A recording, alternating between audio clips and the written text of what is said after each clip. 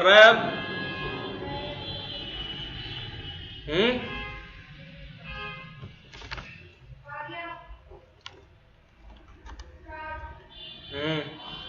Start. चलिए finally तो हमें लीडरशिप स्टाइल आइडेंटिफाई करनी है, और मजेदार बात यह है कि रवि कुमार की करनी है। सीबीएसई को पिछले साल ही पता था कि हिमेश रेशमिया इस साल मूवी लाएंगे बैड एस रवि कुमार, तो उन्होंने पहले ही पूछ लिया कि कौन सी स्टाइल हिमेश रेशमिया यूज करने वाले। तो अब हमें यहाँ पर केस पढ़ना पड़ेगा। तो रवि कुमार जी हैं, मैनेजिंग डायरेक्टर हैं भैया, ये यहाँ पे क्लेरिफाई हो गया। इन्होंने ट्राई किया रीजंस फाइंड आउट करने का, कंपनी सही से काम नहीं कर रही थी, इनके एम्प्लॉयज इन्वॉल्व नहीं थे, और कहीं ना कहीं बस ऑर्डर फॉलो कर रहे थे, एम्प्लॉयज का मोराल लो था। और इसके आगे कह रहा है कि चेंज रिकॉग्नाइज किया और एक नई जर्नी की शुरुआत करी एंथुजियाज्म और मोटिवेशन के साथ, और इन्होंने इनिशिएट किया डायलॉग्स और एंकरेज किया डिसीजन मेकिंग के लिए एक्टिवली पार्टिसिपेट करें। तो ओवरऑल कौन सा ऐसा लीडर है जो अपने एम्प्लॉयज की भी सुनता है? डेमोक्रेटिक। तो option B is the right answer. हमारी कहानी का सार हमें यहां से क्लियरिफाई हो गया। Second, which of the following is an element of social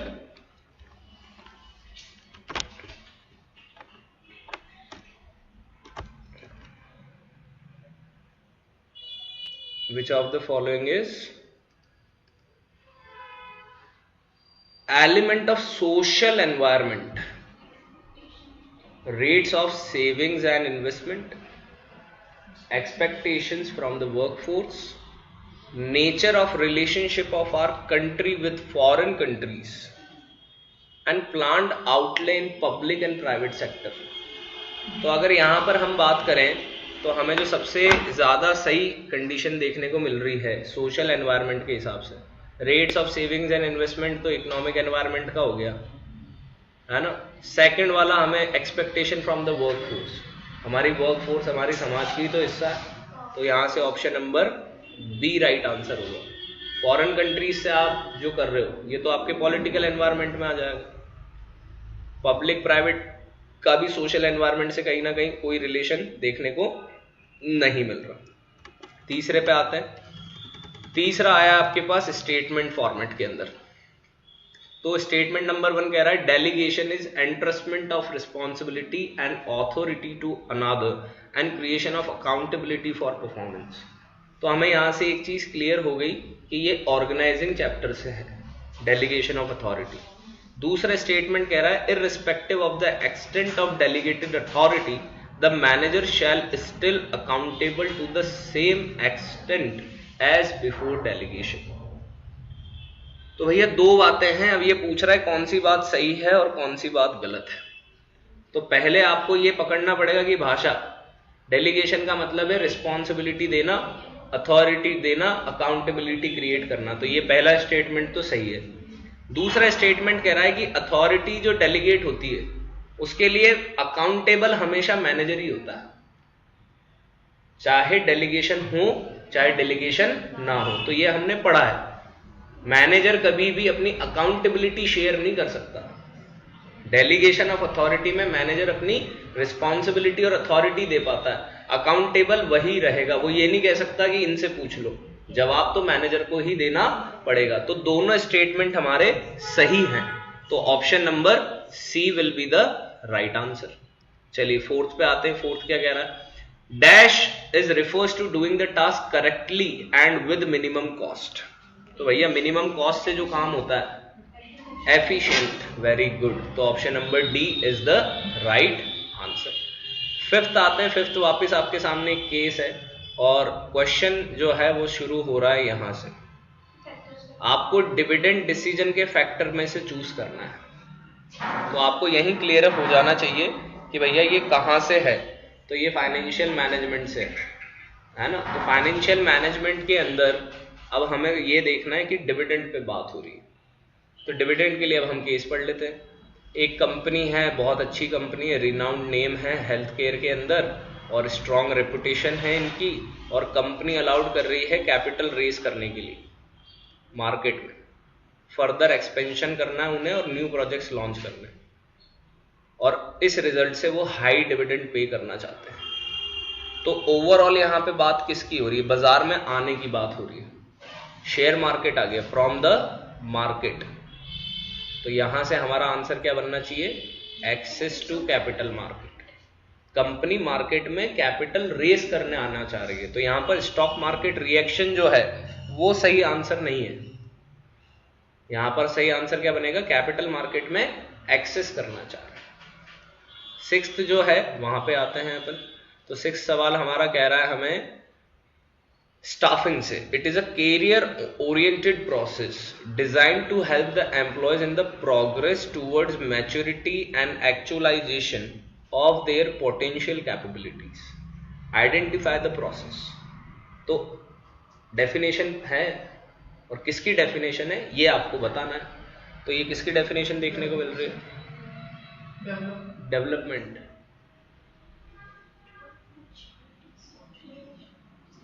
staffing नहीं, स्टाफिंग का पार्ट है, हाँ स्टाफिंग का पार्ट है, पर डेफिनेशन किसकी है? डेवलपमेंट की डेफिनेशन है, क्योंकि ये कैरियर ओरिएंटेड, ये जो यहाँ पर ज्ञान की बात है, ये सारी बात किसकी है? डेवलपमेंट को लेकर। अगर स्किल वर्ड आ जाता कहीं ना कहीं तो फिर हम ट्रेनिंग की तरफ नजर डालते। चलिए 7th पॉइंट पे आते हैं। As के builders become the market leader in the designer house segment, as it was the first to recognize the need of artificial intelligence in designing houses, changing environment of technological advancement। तो क्या सही answer बनना चाहिए भैया? Business environment से सवाल है, B आएगा इसका। First mover advantage. तो निशांत भैया ने बिल्कुल सही गैस किया है। फर्स्ट मूवर एडवांटेज का डिसीजन यहां पर लेने की बात हो रही है, क्योंकि एडवांसेस आ रहे हैं। 8th पे आते हैं। 8th देखते हैं क्या कह रहा है। In the dash market. तो फाइनेंशियल मार्केट का क्वेश्चन है, मार्केट से पता चल गया। बिजनेस स्टडीज में मार्केट केवल तभी आता है। तो मार्केट, ऐसा कौन सा मार्केट है जिसमें कंपनी का मैनेजमेंट, प्राइस डिटरमाइंड होती है और मैनेजमेंट डिसाइड करता है? तो भैया तो बोल रहे हैं प्राइमरी मार्केट, क्योंकि मैनेजमेंट ही डिसाइड करेगा कि देना है कि नहीं देना है, कितनी प्राइस पर देना है। तो ऑब्वियस सी बात है, जब कंपनी अपने पहली बार शेयर्स इशू करती है तब ही मैनेजमेंट डिसाइड करता है। सेकेंडरी मार्केट, स्टॉक मार्केट में तो मार्केट फोर्सेस डिसाइड करती है, और मनी मार्केट में तो जाएंगे नहीं हम। तो option number A is the right answer. चलिए आगे आते हैं। 9th वाला देखते हैं क्या कह रहा है। आपको ऐसी प्रोसेस के बारे में बताना है जिसमें फंड्स रिक्वायरमेंट्स के बारे में हम पता लगाते हैं और साथ ही साथ सोर्सेस पता लगाते हैं। कैपिटल बजटिंग, विधि दीदी कह रही है कैपिटल बजटिंग। Financial planning. अगर यहां पर साथ में डिस्ट्रीब्यूशन की भी बात होती, सरप्लस को डिस्ट्रीब्यूट करने की भी बात होती, तो फिर हम किसकी तरफ जाते हैं? फाइनेंशियल मैनेजमेंट की तरफ जाते हैं। चलिए very good Sanjana. 10th point पे आते हैं हम। एक ऐसा फाइनेंशियल मार्केट जो सेविंग्स को इन्वेस्टर्स के लिए तैयार करता है, सेविंग्स को ट्रांसफर करता है सेवर टू इन्वेस्टर। तो पहला स्टेटमेंट तो सही है, बाजार का काम ही है ये, बाजार का फीचर है ये। स्टेटमेंट नंबर 2 कह रहा है सेवर के पास चॉइस है डिफरेंट इन्वेस्टमेंट्स की, ताकि वो अपने सरप्लस फंड को चैनलाइज कर सके और मोस्ट प्रोडक्टिव यूज कर पाए। तो दोनों चीजें सही हैं, एक फीचर है और दूसरा उस फीचर का एक्सप्लेनेशन दे रहा है। तो यहां पर both the statements are true. Option number C will be the right answer. चलिए बहुत सही। 11th पे आते हैं। इनकरेक्ट स्टेटमेंट बताना है। बेटा जब भी ये इनकरेक्ट वाला वर्ड आता है ना, ये अक्सर बच्चों को ले डूबता है, क्योंकि कहीं पर आपने एक करेक्ट, हम करते जा रहे हैं, एक करेक्ट को इनकरेक्ट मान लेते हैं हम, या माइंड में आ जाता है कि करेक्ट टिक करना है। पहला स्टेटमेंट देखो, स्टॉक एक्सचेंज लिक्विडिटी देता है, आप असेट्स बेच सकते हो, फाइनेंशियल असेट्स बेच सकते हो, मार्केट में नई सिक्योरिटी ला सकते हो। तो पहला स्टेटमेंट सही है कि गलत है? पहला स्टेटमेंट सही है?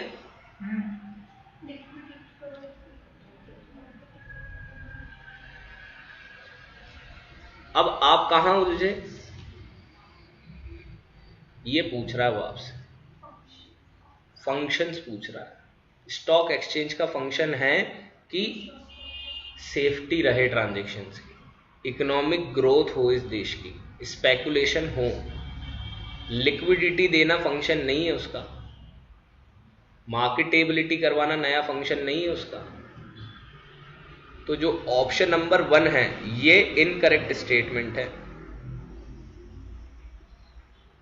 बाकी सारे काम क्या है मार्केट के, हाँ ये उसका फंक्शन नहीं है। इसके लिए आप एनसी जो, इसलिए मैंने कहा आप एमएलएल साथ में खोल के रखो, आप फाइनेंशियल मार्केट ओपन करो, नीचे आपको कहीं भी ये चीज नहीं दिखेगी। Marketability to new securities, marketability, marketing थोड़ी करता है स्टॉक मार्केट नई सिक्योरिटीज का। देखो कहीं से कहीं तक ये स्टेटमेंट आपको देखने को मिल रहा है क्या?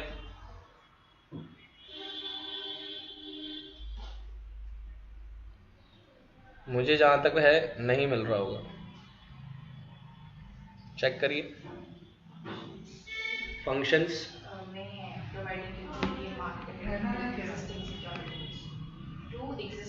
एग्जिस्टिंग सिक्योरिटीज है, न्यू सिक्योरिटी नहीं है। ये एक शब्द ने ही तो आंसर बदल दिया। ये इसकी जगह पर आपको दिख रहा होगा एग्जिस्टिंग के लिए मार्केटेबिलिटी देता है यार, नई सिक्योरिटी तो अभी आएगी, उसके लिए पहले से थोड़ी शुरू कर देगा। क्लेरिफाई है 13th सॉरी 11th निशांत? चलिए 12th पे आते हैं। वापिस एक केस लॉ है, केस लॉ क्या sorry case study. Organizational structure का टाइप पूछ रहा है, फॉर्मल है कि इनफॉर्मल है कि डिविजनल है कि फंक्शनल है, तो हमें केस पढ़ना पड़ेगा। अब ऑर्गेनाइजिंग में हमें ये पता है कि जब डिपार्टमेंट को, फंक्शंस को डिपार्टमेंट बना लिया जाए तो फंक्शनल स्ट्रक्चर, और जहां मल्टीपल प्रोडक्ट्स आ जाते हैं तो वहां डिविजनल स्ट्रक्चर। अब यहाँ पर केस देखते हैं तो ये एक ऑनलाइन रिटेलर है जो कि एक बिगेस्ट प्रोवाइडर है वर्ल्ड वाइड में। क्या इस शुरुआती लाइन का कोई मतलब है कहानी के अंदर? कोई मतलब नहीं, कहानी बनाने के लिए है, इंट्रोडक्शन। जैसे जैसे रेवेन्यू हुई, ग्रो हुए year after year, rapid rate of digitization और ऑर्गेनाइजेशनल स्ट्रक्चर, तो यहाँ पर एमडी भैया मोहित जो है उन्होंने स्ट्रेटेजिक डिसीजंस लिए, कंट्रोल किया पूरी ऑर्गेनाइजेशन को। तो एमडी कंट्रोल कर रहा है, ये पॉइंट क्लियर हुआ हमें यहाँ से। अब एमडी कंट्रोल कर रहा है, उसके बाद इन्होंने ग्रुप किया है HRD, marketing, purchase, research and development, और फिर इन डिपार्टमेंट्स को फर्दर सेक्शंस में डिवाइड किया है। तो हमें तो यहीं पर क्लेरिफाई हो जाना चाहिए कि डिपार्टमेंट की बात हो रही है। डिपार्टमेंट किस में रहते हैं? फंक्शनल स्ट्रक्चर में रहते हैं। मल्टीपल प्रोडक्ट्स की कहीं पर भी बात हो ही नहीं रही, पूरी जगह किसकी बात हो रही है? Department department departments. अच्छा 13th मैच द फॉलोइंग है। अब जब मैच द फॉलोइंग मिलता है और कुछ इस तरीके से जब आपको ऑप्शंस देखने को मिलते हैं, तो बहुत सी बार ऐसा होता है कि मैच द फॉलोइंग नहीं कर पाते आप, तो जो दो सही है उनसे ऑप्शंस में चेक कर लो। जैसे कि यहां पर प्लेसमेंट, प्लेसमेंट की डेफिनेशन कौन सी है इनमें से बताओ? इनमें से प्लेसमेंट की डेफिनेशन कौन सी है?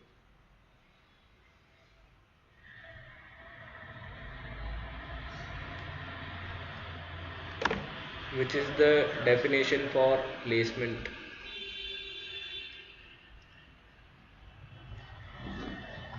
प्लेसमेंट का मतलब क्या होता है? नौकरी पे लगना।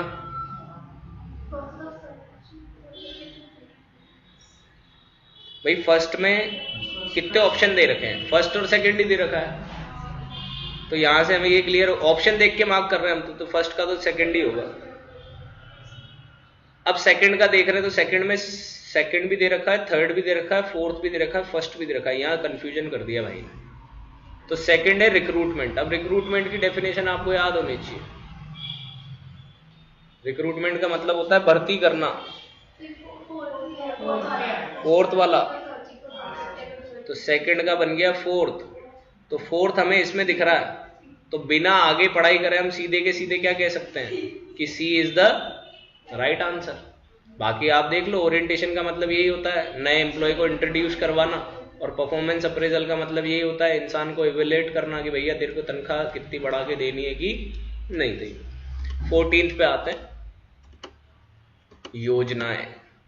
Plans are prepared for a specific period of time. और यहां पर सवाल है फीचर्स से। अब मजे की बात पता है क्या, आगे कहीं अगर कोई एक ऐसा सवाल है जिसमें प्लानिंग के फीचर्स पूछे जा रहे हैं और अगर आपको याद नहीं आ रहे हैं तो इसी में से आ सकता है। 4 पॉइंट सीपीएससी ने खुद ही दे दिए। फिलहाल ये देखते हैं कि यहाँ कौन सी बात हो रही है। स्पेसिफिक पीरियड ऑफ टाइम, चाहे मंथ के लिए, क्वार्टर के लिए, ईयर के लिए, साल खत्म होने पे फिर हम नया प्लान बनाते हैं। Planning is futuristic, continuous. पहला ऑप्शन हमेशा ऐसा मक्खन होगा विधि दीदी की लगेगा यही सही है। इसका मतलब ये नहीं कि 1 से 20 एमसीक्यू में सारे आंसर 1 चलेंगे।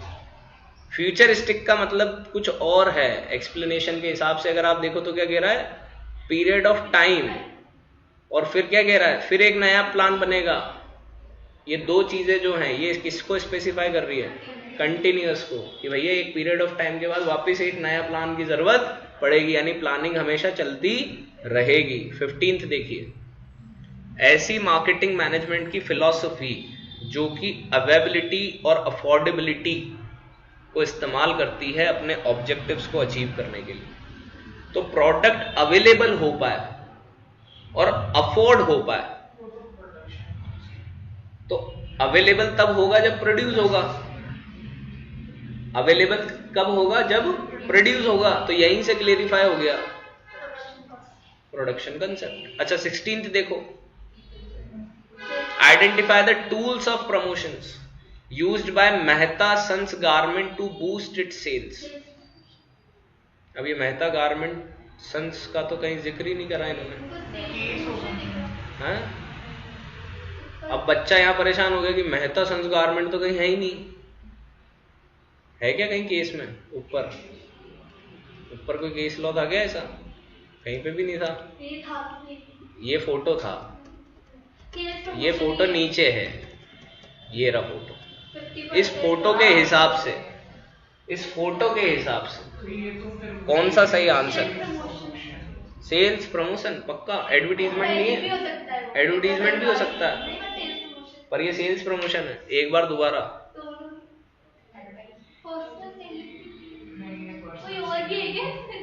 देखो अगर आप इस पोस्टर को थोड़ा ध्यान से देख रहे होंगे तो आपको ये समझ में आ रहा होगा कपड़े की रैक है, क्लॉथ्स की रैक है ना, और इस क्लॉथ की रैक पे एक पोस्टर लगा हुआ है, यानी कि दुकान के अंदर लिखी हुई चीज है ये, hurry up 50% of only for 2 days। तो इसको क्या मानेंगे अब बताओ?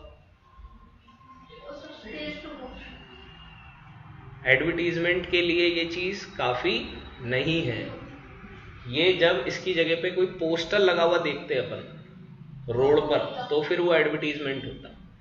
ठीक है, तो ये क्या फोटो प्रिंट में ऐसा दिख रहा है, लेकिन वहां एग्जाम में अगर कुछ ऐसा आएगा तो अच्छे से देखने में आएगा आपको। जैसे अगर आप यहाँ पर देखें तो यहाँ पर भी ये कुछ इसी तरीके से दिख रहा है। मेरे को तो ऐसा लग रहा है जैसे किसी की स्केलेटन का एक्सरे निकाल के लगा दिया कि जल्दी करो 50% ऑफ है। चलिए 17th पे आते हैं, असर्शन और रीजन। हाँ, ये असर्शन रीजन सबसे ज्यादा परेशान करते हैं बच्चों को। असर्शन का मतलब कोई स्टेटमेंट, कोई तथ्य, और उसको जस्टिफाई करने के लिए दे रखा है एक रीजन। सवाल है, many enlightened business firms have set up their on consumer service and grievance cell. अंग्रेजी भाषा में समझ में नहीं आया, हिंदी में आ जाओ। बहुत सी प्रबुद्ध व्यावसायिक फर्मों ने अपने उपभोक्ता सेवा तथा शिकायत केंद्रों की स्थापना की है, यानी ऑर्गेनाइजेशन खुद ही शिकायत दर्ज करवाता है। और रीजन क्या दे रहा है? कंज्यूमर के पास राइट है कंप्लेंट फाइल करने का अगर वो डिससेटिस्फाइड है अब सर्विस से या गुड से, तो उसको सुना जाए। तो कौन सा ऑप्शन है जो इसमें सही है? दोनों सही है। क्यों? करेक्ट क्यों नहीं है भैया? उसको सुना जाना चाहिए, इसलिए तो बिजनेस फर्म्स ने शिकायत केंद्र स्थापित करे। भाई बिजनेस फर्म ने शिकायत केंद्र, ये ग्रीवियंस सेल, हिंदी भाषा में ग्रीवियंस सेल को क्या बोलेंगे? शिकायत केंद्र। पकौड़ी तलने के लिए बनाया गया उन्होंने, किस लिए बनाया? शिकायत के लिए तो बनाया। तो कस्टमर को जो राइट है कंप्लेंट फाइल करने का, तो कस्टमर सीधे कोर्ट थोड़ी जाएगा, कस्टमर पहले किसके पास जाएगा? ग्रीवियंस सेल पे जाएगा कि भैया आप नहीं सुनोगे तो फिर मैं कंज्यूमर कोर्ट जाऊंगा। तो इसका ऑप्शन कौन सा सही है? Option number A. Option number A is the right answer. दोनों स्टेटमेंट्स असर्शन भी सही है, रीजन भी सही है, और रीजन उसका बिल्कुल करेक्ट एक्सप्लेनेशन भी है। चलिए 17 तो एमसीक्यू हो गए हमारे। 18वें पे आते हैं। इनमें से कौन सा फिजिकल डिस्ट्रीब्यूशन का कंपोनेंट नहीं है? नहीं है तो इन्वेंट्री कंट्रोल करते हैं क्या अपन? करते हैं। जब फिजिकल डिस्ट्रीब्यूशन करते हैं तो हमें ध्यान रखना पड़ता है कितनी इन्वेंट्री आ रही है, कितनी जा रही है। स्टैंडर्डाइजेशन एंड ग्रेडिंग, ये तो हम जब प्रोडक्शन करते हैं तब चेक करते हैं, तो यहीं से पता चल गया यही है भाई। ऑर्डर प्रोसेसिंग भी कब होगी? जब फिजिकल डिस्ट्रीब्यूशन होगा। ट्रांसपोर्टेशन भी कब होगा? जब फिजिकल। स्टैंडर्डाइजेशन और ग्रेडिंग तो प्रोडक्शन के टाइम पे चेक हो जाएगा जब आउटपुट निकल रहा होगा। तो option B is the right answer. चलिए बहुत सही। 19 फिर हमारे पास केस स्टडी है, बीनू दीदी है। हम पहले क्वेश्चन देख लेते हैं। क्वेश्चन कह रहा है इनमें से क्या है? एडवर्टीजमेंट है, सेल्स प्रमोशन है, पर्सनल सेलिंग है, पब्लिक रिलेशनशिप है, क्या है? तो बीनू दीदी बुक स्टोर है एक इन सबद कॉल्ड बुकमार्क, और बुक स्टोर रीजनेबली अच्छी है, और डिजिटल बुक्स के साथ साथ यहाँ पर ऑनलाइन रिटेलर्स भी हैं, और इनकी सेल इस वजह से कम हो गई।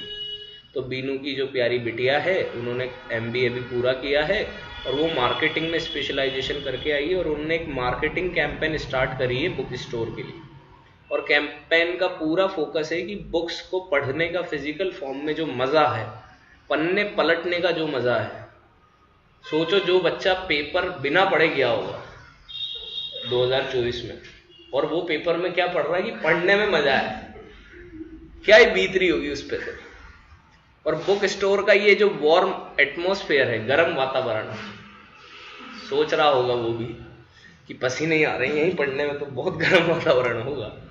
और यहां तक कि उसने एक स्टोरी राइटिंग और कुछ कॉम्पिटिशन्स हर वीकेंड पे शुरू करे हैं। तो हम देख रहे हैं मार्केटिंग कैंपेन तो बहुत अच्छी डिजाइन करी है, MBA करके आई दीदी ने। और इन्फॉर्मेशन किसके थ्रू दे रहे हैं? टेलीविजन के थ्रू दे रहे हैं, रेडियो के थ्रू दे रहे हैं, चिल्ड्रन मैगजीन्स के थ्रू दे रहे हैं, और अट्रैक्टिव प्राइजेस भी दे रहे हैं। और इस वजह से फुटफॉल बच्चों का बढ़ा है, और पेरेंट्स भी आने शुरू हो गए, और बुक स्टोर वापस से पॉपुलर हो चुकी है। तो अब आप बताइए कि बीनू दीदी की बिटिया ने क्या किया? बीनू की बेटी ने टेलीविजन, रेडियो, चिल्ड्रन मैगजीन सब जगह किया, तो बीनू दीदी की बेटी ने एडवर्टीजमेंट तो किया ही है। पर उन्होंने कैंपेन पे फोकस भी रखा, फिजिकल फॉर्म, टर्निंग और ये सब। फिर वो हर हफ्ते ये क्या करवाते हैं? कंपटीशन करवा रहे हैं, और पब्लिक रिलेशन, रिश्तेदारी बढ़ा रहे हैं। Public relation is also type of advertisement, लेकिन वहां पर इमेज बिल्डअप होती है,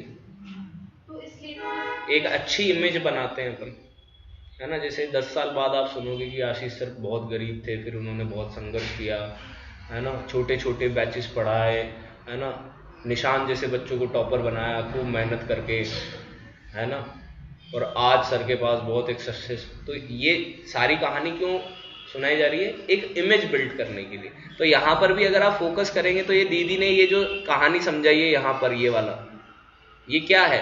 एक गुड इमेज क्रिएट करने की बात है कि आपको पन्ने पलटने में मजा आएगा, किताब ही खत्म हो जाएगी पन्ने पलट देंगे तो ऑप्शन क्या है इसका सही? Public relation. विधि दीदी अगर यहां कंफ्यूजन है तो सोचो बोर्ड में प्रेशर के साथ कितना कंफ्यूजन आएगा। तो थोड़ा फोकस होके, फोकस ही दे रही हूं मैं। चलिए आखिरी सिंगल नंबर MCQ, आखिरी सवाल MCQ में टाइप ऑफ प्लान का सवाल है, आपको बताना है टाइप ऑफ प्लान। पढ़िए केस क्या कह रहा है। एक इलेक्ट्रॉनिक ऑफिसर में एक विजनरी सीईओ है जिसका नाम है निखिल। निखिल का रेपुटेशन किस लिए है? Good quality products, customer service. Nikhil recognized है, कंटिन्यूली इनोवेट करते हैं, कस्टमर को लेटेस्ट प्रोडक्ट बेचते हैं, उनकी कंपनी मार्केट लीडर बने ये चाहते हैं। तो अभी तक तो कहानी सुना रहा भाई। तो निखिल जो है उसका एम्बिशियस विजन है, उसने क्लियर और वेल डिफाइंड प्लान बनाया है और उसकी टीम एक्सटेंसिव मार्केट रिसर्च कर रही है, पोटेंशियल कॉम्पिटिटर्स, कस्टमर प्रेफरेंस सब ढूंढ रही है और कंपनी का बेसिस इस प्लान का है defining the company direction and scope in long run. तो लॉन्ग रन की बात आ गई भैया। तो लॉन्ग रन पॉलिसी तो जर्नल गाइडलाइन होती है, रूल तो डूज एंड डोंट्स बताते हैं और प्रोसीजर तो स्टेप्स। तो लॉन्ग टर्म विजन तो एक ही चीज लेके चलती है, स्ट्रैटेजी। तो strategy is the right answer. Policy तो जर्नल गाइडलाइन होती है, हाँ, और रूल्स आपके डूज एंड डोंट्स बताते हैं स्ट्रिक्ट मैनर में, और प्रोसीजर तो स्टेप बताने का काम हो गया। तो लॉन्ग रन के हिसाब से स्ट्रेटेजी का मतलब ही क्या है? एक कॉम्प्रिहेंसिव प्लान जो कि अलोकेशन ऑफ रिसोर्सेज बताएगा फॉर अ लॉन्ग टर्म। यही तो डेफिनेशन है स्ट्रेटेजी की। तो strategy will be the answer. अब एमसीक्यू में भी आप देख रहे हैं कि केस स्टडी आई है, अच्छे से केस स्टडी आई है, लेकिन एक चीज हमें क्लियर है कि अगर हमें कंसेप्ट क्लियर है तो केस स्टडी को इतना भारी है नहीं। Case study is just like the examples. अब यहां से आप देखो तो 21 नंबर पे सीधा सीधा सवाल पूछा है, बिजनेस एनवायरनमेंट के 3 फीचर बता दो या फिर डीमोनेटाइजेशन के 3 फीचर बता दो। तो बताओ निशान जी, बिजनेस एनवायरनमेंट के 3 फीचर। डायनेमिक है, रिलेटिव है, specific and journal forces. 3 clear हो गए। और अगर आप जोड़ें तो अनसर्टन है ना, और अगर आप जोड़ना चाहें तो sum total of all the external forces, है ना, लिखना आना चाहिए बस इसमें तो, है ना। डीमोनेटाइजेशन के 3 फीचर बता दो। हमारे पैसे खा गए, हमें बहुत लाइन में खड़ा रहना पड़ा, गंदी सरकार है नहीं, लेकिन फीचर्स पूछ रहा है। तो डीमोनेटाइजेशन से हमने ब्लैक मनी को रोकने की कोशिश करी है। डीमोनेटाइजेशन से हमारा टैक्स एडमिनिस्ट्रेशन मेजर जो है वो सुधारा गया है और इससे हमने ये साबित किया है कि हम ब्लैक मनी की ऐसी चीज़ों को टॉलरेट नहीं करेंगे, इलीगल एक्टिविटीज़ को टॉलरेट नहीं करेंगे। और डीमोनेटाइजेशन से हमारे देश में डिजिटल बैंकिंग या डिजिटल एरा की तरफ भी हम शिफ्ट हुए हैं। कैश, वो क्या बोले, डिजिटल कैश इकोनॉमी हम बना रहे हैं। तो दोनों में से आप कुछ भी करके आ सकते हो। दोनों अच्छे क्वेश्चन है, 3 मार्क्स के, सीधे सीधे लड्डू है ना। पर विधि दीदी इनको ऐसे लिख के आना कि 3 में से 3 मिले, 3 में से 1.5 नहीं मिले। अब यहां पर अगर आप देखेंगे ना तो बहुत सी बार क्या होता है, जैसे फीचर्स बताना है। अब हमारे पास ये दोनों ऐसे फीचर्स हैं जिनमें कोई हेडिंग नहीं है, स्टेटमेंट्स है। स्पेसिफिक एंड जर्नल फोर्सेस, तो उसको अंडरलाइन कर दो, जो हाईलाइट कर दो। स्टेटमेंट बनाया, उसमें से स्पेसिफिक और जर्नल को क्या कर दिया, हाईलाइट कर दिया। जैसे हमने ये बोला it creates a digital cash economy demonetization में, तो ये डिजिटल कैश इकोनॉमी को हमने क्या कर दिया, अंडरलाइन कर दिया, ये हो गया हाईलाइट। तो उससे क्या कॉपी चेकर को भी आसान हो जाएगा कि हाँ बच्चे ने की पॉइंट लिखे। चलो इसके बाद आते हैं हम केस स्टडी पे। वापस एक केस स्टडी है, तो केस पढ़ें कि सवाल पढ़ें? सवाल पढ़ें। सवाल क्या कह रहा है, आइडेंटिफाई और एक्सप्लेन 2 फैक्टर्स। आपको 2 फैक्टर किसमें ढूंढने, केस में ढूंढने, और किसके फैक्टर्स ढूंढने, फिक्स्ड कैपिटल को अफेक्ट करने वाले फैक्टर्स ढूंढने। तो शुरू करते हैं। पास आउट हुए हैं भैया कॉलेज से और क्या कर रहे हैं, रिन्यूएबल एनर्जी में स्पेशलाइजेशन है और खुद का क्या शुरू करना चाह रहे हैं, सोलर पावर प्लांट शुरू करना चाह रहे हैं। वेंचर में बहुत सारा हैवी इन्वेस्टमेंट चाहिए और लेबर की ज़रूरत कम है और ये लेटेस्ट सोलर पैनल टेक्नोलॉजी में इन्वेस्ट करना चाहते हैं। इन्होंने परचेज भी कर लिया है। हाई रिस्क है, सब्सटेंशियल इन्वेस्टमेंट है, गुड एक्सपेंशन पॉसिबिलिटीज़ हैं, वर्ल्ड इसकी तरफ भग रहा है, क्लीन एनर्जी सॉल्यूशंस की तरफ, ग्रोइंग डिमांड है। इन्होंने एक हायर कैपेसिटी क्रिएट करने का सोचा है ताकि डिमांड जल्दी से ये ले पाए और फर्दर इन्वेस्टमेंट भी ये फिक्स्ड एसेट के अंदर करना चाह रहे हैं। आखिरी पॉइंट जो है पैराग्राफ वो काम का है, जैसे जैसे साल बदले सोलर पावर प्लांट ने बहुत अच्छा काम किया और सिटी में ट्रांजिशन हुआ। तो यहाँ पर दो फीचर हमें कौन से देखने को मिलता है, दो फैक्टर्स। तो फिक्स्ड कैपिटल के फैक्टर्स अगर आपको याद हैं तो पहला होता है चॉइस ऑफ टेक्निक। आप मशीन से काम करवाना चाह रहे हो कि लेबर से, ये चीज हमें कहाँ क्लेरिफाई हुई, ये चीज सर हमें इस थर्ड लाइन में क्लेरिफाई हुई। इस पॉइंट से हमने क्या आंसर दिया, चॉइस ऑफ टेक्निक। ये जो मैंने हाईलाइट करी है ना, मैनुअली लेबर की जरूरत कम है और प्लांट एंड मशीनरी में हैवी इन्वेस्टमेंट है। तो ये एक फैक्टर है जिसको फिक्स्ड कैपिटल के हिसाब से हम ध्यान में रखते हैं। अगर हमें लेबर ज़्यादा लगेगी कि मशीन ज़्यादा लगेगी। दूसरा जो हमें यहाँ पर और देखने को मिलता है वो है हमारा ग्रोथ प्रोस्पेक्ट्स। वो कहाँ देखने को मिल रहा है, यहाँ पर ये एंटीसिपेटेड डिमांड को हायर कैपेसिटी क्रिएट कर रहे हैं। जैसे डिमांड आएगी हम वैसे उसको कन्वर्ट करके सेल्स में कन्वर्ट कर देंगे। तो यहाँ पर हमारे पास दूसरा आया growth prospect, growth prospect. Clear है, ये दो समझाने थे, कितने नंबर आ गए, 3 नंबर आ गए। हालांकि अगर आप इनके अलावा कुछ और भी लिख के आओगे तो एक एक नंबर दे देगा, एग्जैक्ट नहीं देगा। 23 वापिस केस स्टडी है, कह रहा है ट्रेनिंग का कौन सा मेथड यूज किया है। हम तो सीधे केस पढ़ने से पहले किसको पढ़ रहे हैं, सवाल को पढ़ रहे हैं। तो भैया कौन सा केस किया है, तो अब ट्रेनिंग, तो ट्रेनिंग के मेथड आपको याद होने चाहिए। 2 मेथड होते हैं, नाम बताओ, on the job, of the job. अब आगे कह रहा है स्किल्स और नॉलेज, इनोवेटिव परफॉर्मेंस। तो ये तो वही कहानी का सार दे दिया। सवाल तो यही है कि मेथड ऑफ ट्रेनिंग बताना है अपने को।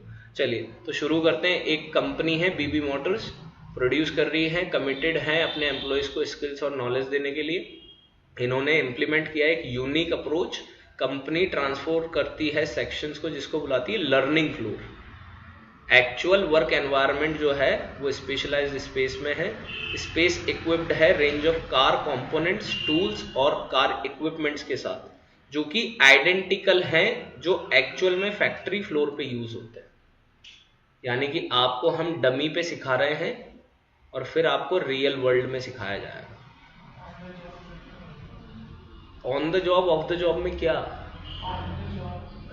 उसमें क्या, आपको हम पहले लर्निंग फ्लोर पे लेके आए हैं। हाँ very good, of the job में वेस्टिबुल ट्रेनिंग है, very good.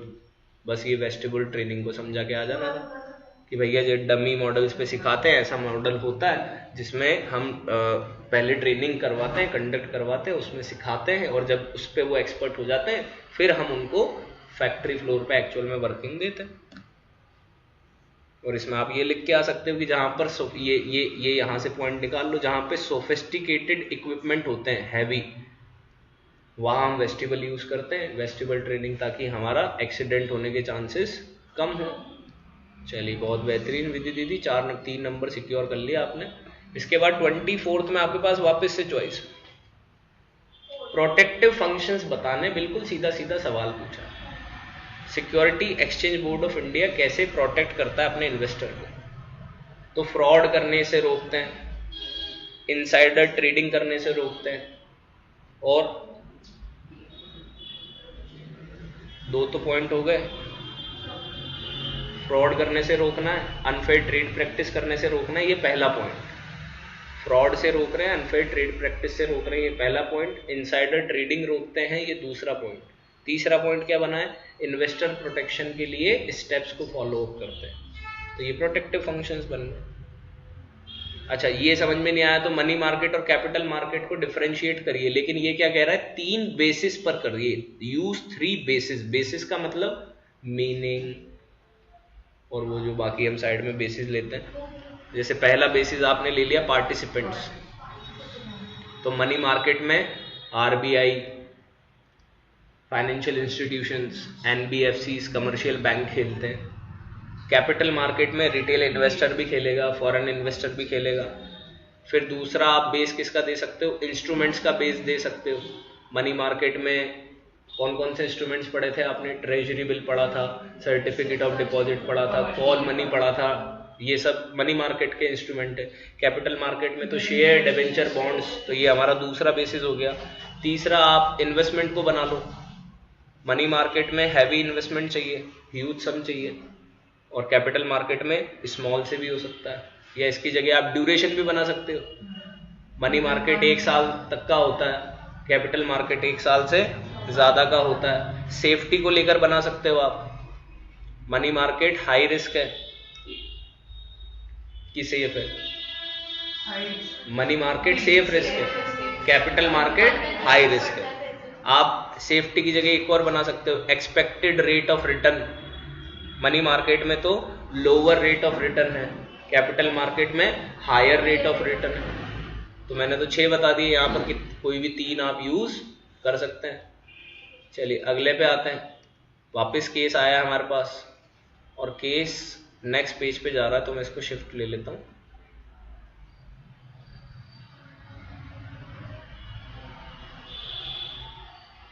Just a minute. अरे भाई साहब बहुत खतरनाक है, और इतना बड़ा क्यों? अरे भगवान, हे भगवान, हे भगवान। अब फिलहाल तो हम केस का सीधे क्वेश्चन देख लेते हैं, हमें यहीं से समझ में आ जाएगा वैसे। Explain the steps of comprehensive process discussed about till the verification stage to ensure that the company bought in the best candidate to meet the growing demand for fashionable clothing. तो सिलेक्शन की process पूछ रहा है। अब ये कह रहा है कहां से डिस्कस करो? वेरिफिकेशन स्टेज से। तो पहली स्टेज से ही अपन अगर शुरू करें तो पहली स्टेज है हमारी preliminary screening. Very good, preliminary screening होगी। उसके बाद में test, selection test. Very good, selection test हो गया। Social employment interview, personal interview, personal मिलेगा। अच्छा, कास्टिंग काउच, ओके, हाँ। तो इसके बाद में रेफरेंस एंड बैकग्राउंड। ये रेफरेंस एंड बैकग्राउंड पे अपनी कहानी क्या होगी? खत्म हो गई। हो गया वैलिड, ये वैलिड हो गया, वेरिफिकेशन हो गया स्टेज का, बैकग्राउंड चेक हो गया, बात खत्म। 4 नंबर का था, 4 पॉइंट समझा के आ गए। सीधा सीधा सवाल था। ये देखो, इससे ज्यादा सीधा सवाल तो कोई नहीं दे सकता कि टॉप लेवल के 4 फंक्शंस बता दो, या मैनेजमेंट के 4 कैरेक्टरिस्टिक्स बता दो। आज विवांश नहीं है क्लास में, नहीं तो पूछता मैं उससे कि बता दे। हाँ, तो हमने पढ़ा था मैनेजमेंट के 4 कैरेक्टरिस्टिक्स। और कुछ याद हो नहीं हो, ये तो याद है। इंटेंजिबल होता है मैनेजमेंट, कंटिन्यूअस होता है, परवेसिव होता है, मल्टी डायमेंशनल ग्रुप एक्टिविटी। जो भी इच्छा है वो आप समझा के आ सकते हैं। मेजर चीज बेटा अब यहाँ पर दिक्कत क्या है? यहाँ पर देखो आंसर कैसे बनाएंगे। फॉर एग्जाम्पल अब यहाँ पर आंसर बनाना सीखो। जैसे आपने यहाँ टाइटल लगाया कैरेक्टर्स ऑफ मैनेजमेंट, ठीक है। अब आपने पहला पॉइंट लिखा, तो पहला पॉइंट या तो आप क्या करो, यहाँ पे टाइटल लगाओ गोल ओरिएंटेड प्रोसेस, ठीक है। आपने क्या लिखा? गोल ओरिएंटेड प्रोसेस। अब आपने इसको क्या किया? अंडरलाइन। अब इसके नीचे इसका एक्सप्लेनेशन दे दिया आपने 1 लाइन 2 लाइन के अंदर। दूसरा तरीका क्या है? दूसरा तरीका ऐसा है कि आप ऐसे लिखो कि management is goal oriented process. अब इसका रीजन क्या है बताना। गोल ओरिएंटेड क्यों बुलाते हैं वैसे अपन process? Management goal oriented process क्यों होती है?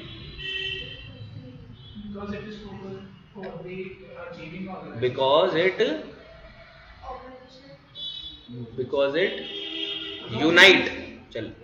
it unites the efforts of all of different individuals। अब आप देख रहे हैं मैंने यहाँ पे टाइटल नहीं दिया। पहले वाले तरीके में तो मैंने टाइटल दिया, दूसरे तरीके में मैंने टाइटल नहीं दिया। तो इसमें क्या करो, फिर इसको अंडरलाइन करो।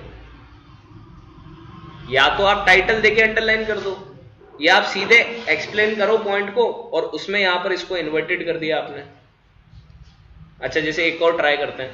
दूसरा पॉइंट आपने क्या बोला मेरे को? सेकंड पॉइंट क्या बोला था? परवेसिव बोला जैसे, तो ये आपने लिख दिया परवेसिव। परवेसिव लिखा, इसको अंडरलाइन किया, या इसके नीचे एक्सप्लेन करना शुरू किया। या फिर इसकी जगह परवेसिव का सीधे स्टेटमेंट बनाओ तो क्या बन सकता है? ऐसे, management is all pervasive function, management is all pervasive function. अब यहां पर जैसे आपने लिखा तो परवेसिव को यहां क्या कर दिया, अंडरलाइन कर दिया और इसको इन्वर्टेड कर दिया। तो दोनों तरीके से यूज हो सकता है। अच्छा, 4 नंबर का सवाल है, एक पेज तो भर के आना ही है, एक पन्ने का आंसर तो लगना चाहिए ना। ये लाइनें दिखने में क्या होगा, तो यहां पर डायग्राम भी बना सकते हैं अपन। हमने इस तरीके से सेंटर पे लिखा कैरेक्टर्स ऑफ मैनेजमेंट, और यहां पर हमने इसको सर्कल बना दिया, यहां पर हमने लिख दिया गोल ओरिएंटेड प्रोसेस, यहां लिख दिया हमने परवेसिव, यहां लिख दिया हमने कंटिन्यूअस, यहां हमने लिख दिया ग्रुप एक्टिविटी। ये 4 एरो निकाल दिए, और ये जो लाइन एक्सप्लेनेशन है, लाइन टू लाइन 4 पॉइंट में एक्सप्लेन कर दिया। हाँ, कैसे भी ऐसे बना लो, ऐसे सिंपली ये यूं बना दिया, यहाँ लिख दिया कैरेक्टर, जैसे इच्छा हो। पर डायग्राम यूज हो सकता था इसमें। तो डायग्राम यूज करने का मोटिव क्या है, कॉपी चेकर को ये पता लग जाए कि भैया हमें 4 फीचर पता है, नीचे एक्सप्लेनेशन है उन्हें पढ़ ले। तो भैया अगर हमारा एक्सप्लेनेशन भी खराब होगा तो भी 4 में से 2 नंबर तो वो किस चीज के दे देगा, पॉइंट लिखने के ही दे देगा, एक नंबर एक्सप्लेनेशन का दे देगा, क्योंकि 1 into 4 की कंडीशन है। यहां पर कितने नंबर का सवाल है, ये जो क्वेश्चन अपन कर रहे हैं ये 4 मार्क्स का है। तो अगर टाइटल लिख के आएंगे तो हाफ नंबर तो दे देगा, एक्सप्लेनेशन सही से करके आएंगे तो पूरे नंबर दे देगा। 1 into 4 मार्क्स। अच्छा, टॉप लेवल के कोई 4 फंक्शंस बताओ।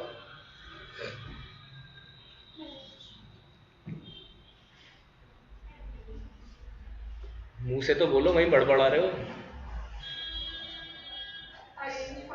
Arrange funds arrangement, okay. Plans and policies formulations, responsible for survival and growth, very good एलिजे। और निशान जी एक आप बोल दो।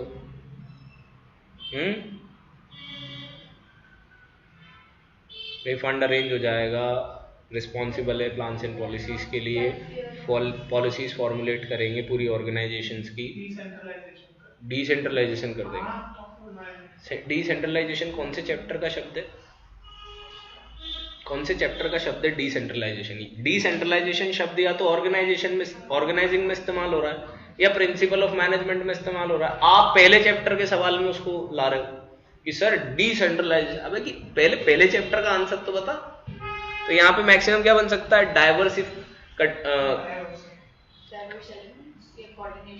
हाँ, introduction to the diverse element and control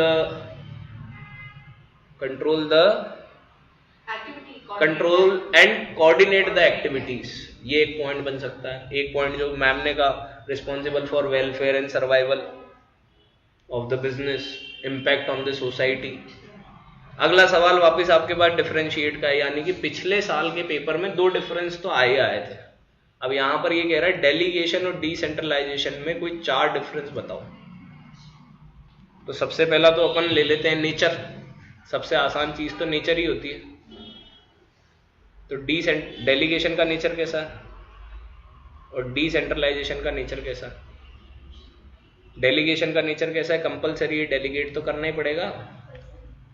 decentralisation का नेचर ऑप्शनल है, आप चाहो तो यूज करो, चाहो तो यूज मत करो, लेकिन वहां मेरी तरह एक लाइन मत लिख देना, नेचर कंपलसरी ऑप्शनल, वहां एक्सप्लेन करना पड़े। फ्रीडम ऑफ एक्शन, ये भी आप एक डिफरेंस बना सकते हो, फ्रीडम ऑफ एक्शन,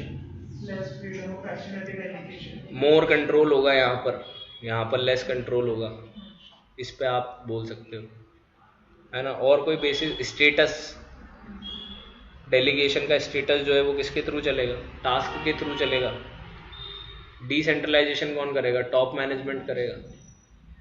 और कोई डिफरेंस, पर्पस, डिसेंट्रलाइजेशन का पर्पस क्या है, reduce the burden of manager. यहाँ बर्डन किसका कम हो रहा है, मैनेजर का। यहाँ पे बर्डन कम हो रहा है मैनेजर का, यहाँ पे किसका बर्डन कम हो रहा है, टॉप लेवल का बर्डन कम हो रहा है। चलो ये तो बहुत बेहतरीन हो गया। आगे आते हैं अगले सवाल पे। डायरेक्ट सवाल तो बहुत आसान लगते हैं ना, पर लिखने में प्राण आते हैं, इसलिए मैं कह रहा हूँ प्रैक्टिस करो लिखने की। ये दोबारा एक सवाल है, इन 2 फैक्टर्स पे समझाइए वर्किंग कैपिटल कैसे इफेक्ट होगी। ऑपरेशन एफिशिएंसी और क्रेडिट अवेल्ड। ऑपरेशन एफिशिएंसी अगर अच्छी है तो रिक्वायरमेंट कम होगी, और अगर नहीं है तो अगर एफिशिएंसी है तो लोअर रिक्वायरमेंट, एफिशिएंसी नहीं है तो हायर रिक्वायरमेंट। क्रेडिट अवेल्ड, अगर कम है तो वर्किंग कैपिटल। क्रेडिट अवेल्ड का मतलब क्या है? हमने उधार लिया है, आपने उधार लिया है, तो अगर आपको उधार मिल पा रहा है तो आपकी वर्किंग कैपिटल तो अगर आप क्रेडिट अवेल कर रहे हो किससे? परचेजर से, तो आपको क्या चाहिए? लोअर। लेकिन अगर आप कस्टमर को फुल उधारी दे रहे हो तो फिर आपको हायर वर्किंग कैपिटल की रिक्वायरमेंट रहेगी। क्लेरिफाई है? चलिए अगला इसी में दूसरा है, कैपिटल स्ट्रक्चर में ये दो चीजें कैसे इंपैक्ट करती है, फ्लेक्सिबिलिटी और cost of equity. Flexibility word का मतलब चॉइस के अंदर किसकी? Capital structure. कैपिटल स्ट्रक्चर का मतलब क्या है? डेथ प्लस इक्विटी का कॉम्बिनेशन, कितना उधार और कितनी ओनरशिप। फ्लेक्सिबिलिटी का मतलब क्या है?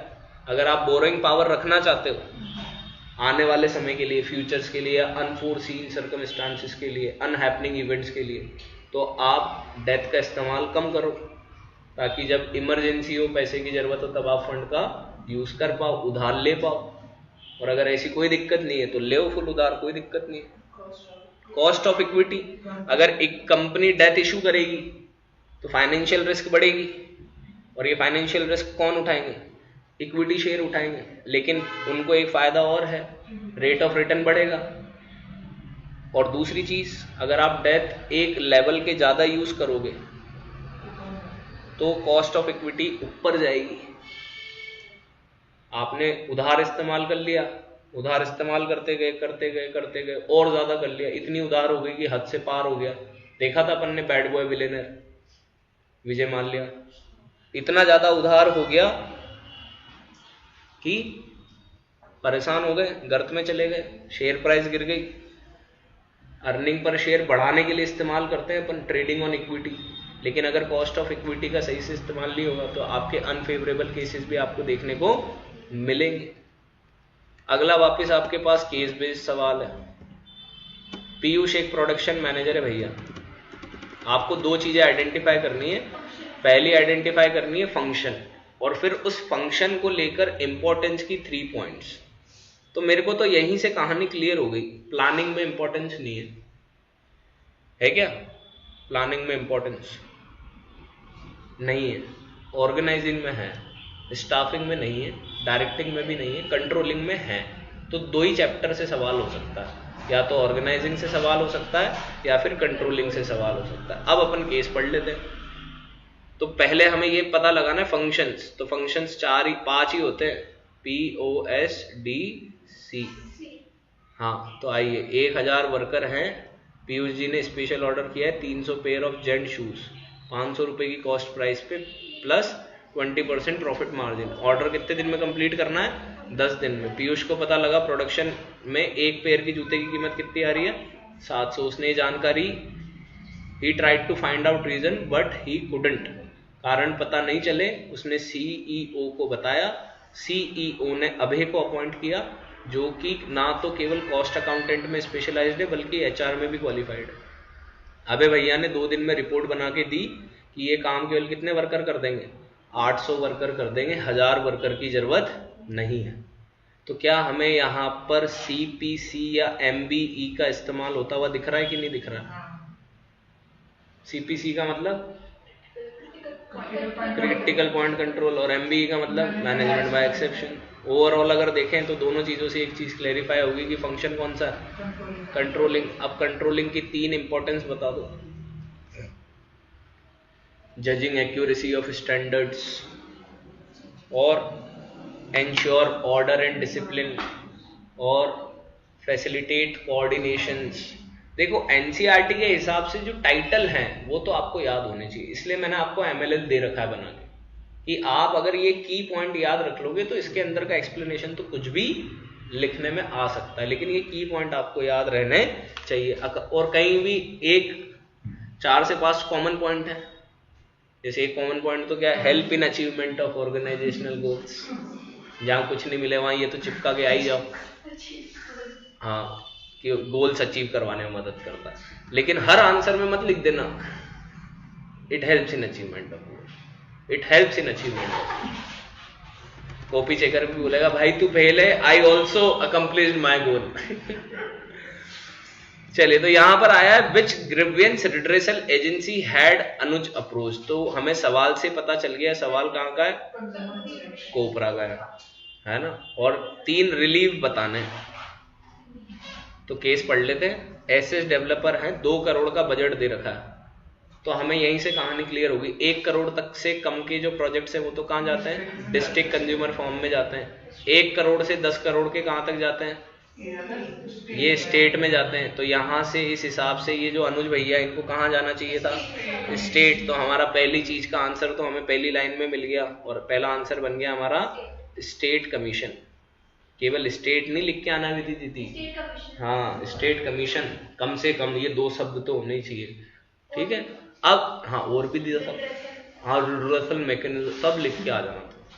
अब 3 रिलीफ क्या मिल सकते हैं कंज्यूमर कोर्ट से, क्या क्या रिलीफ मिलते हैं। प्राइस रिफंड कर दे भाई,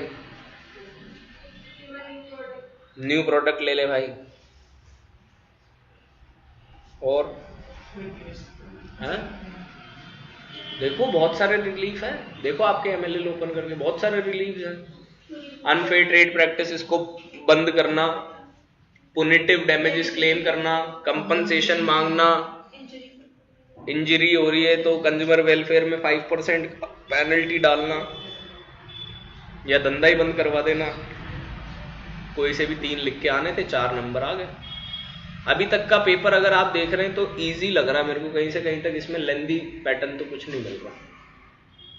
बस ये कि हाँ अगर हमें पॉइंट ही याद नहीं हो तो हम नहीं लिख पाएंगे। बाकी तो कोई भी अभी तक ऐसा सवाल एक नहीं। अब ये देखो 6 नंबर में इससे ज्यादा जान लेगा क्या। 6 नंबर का सवाल शुरू हो चुका है पेपर खत्म करने पे बेटा।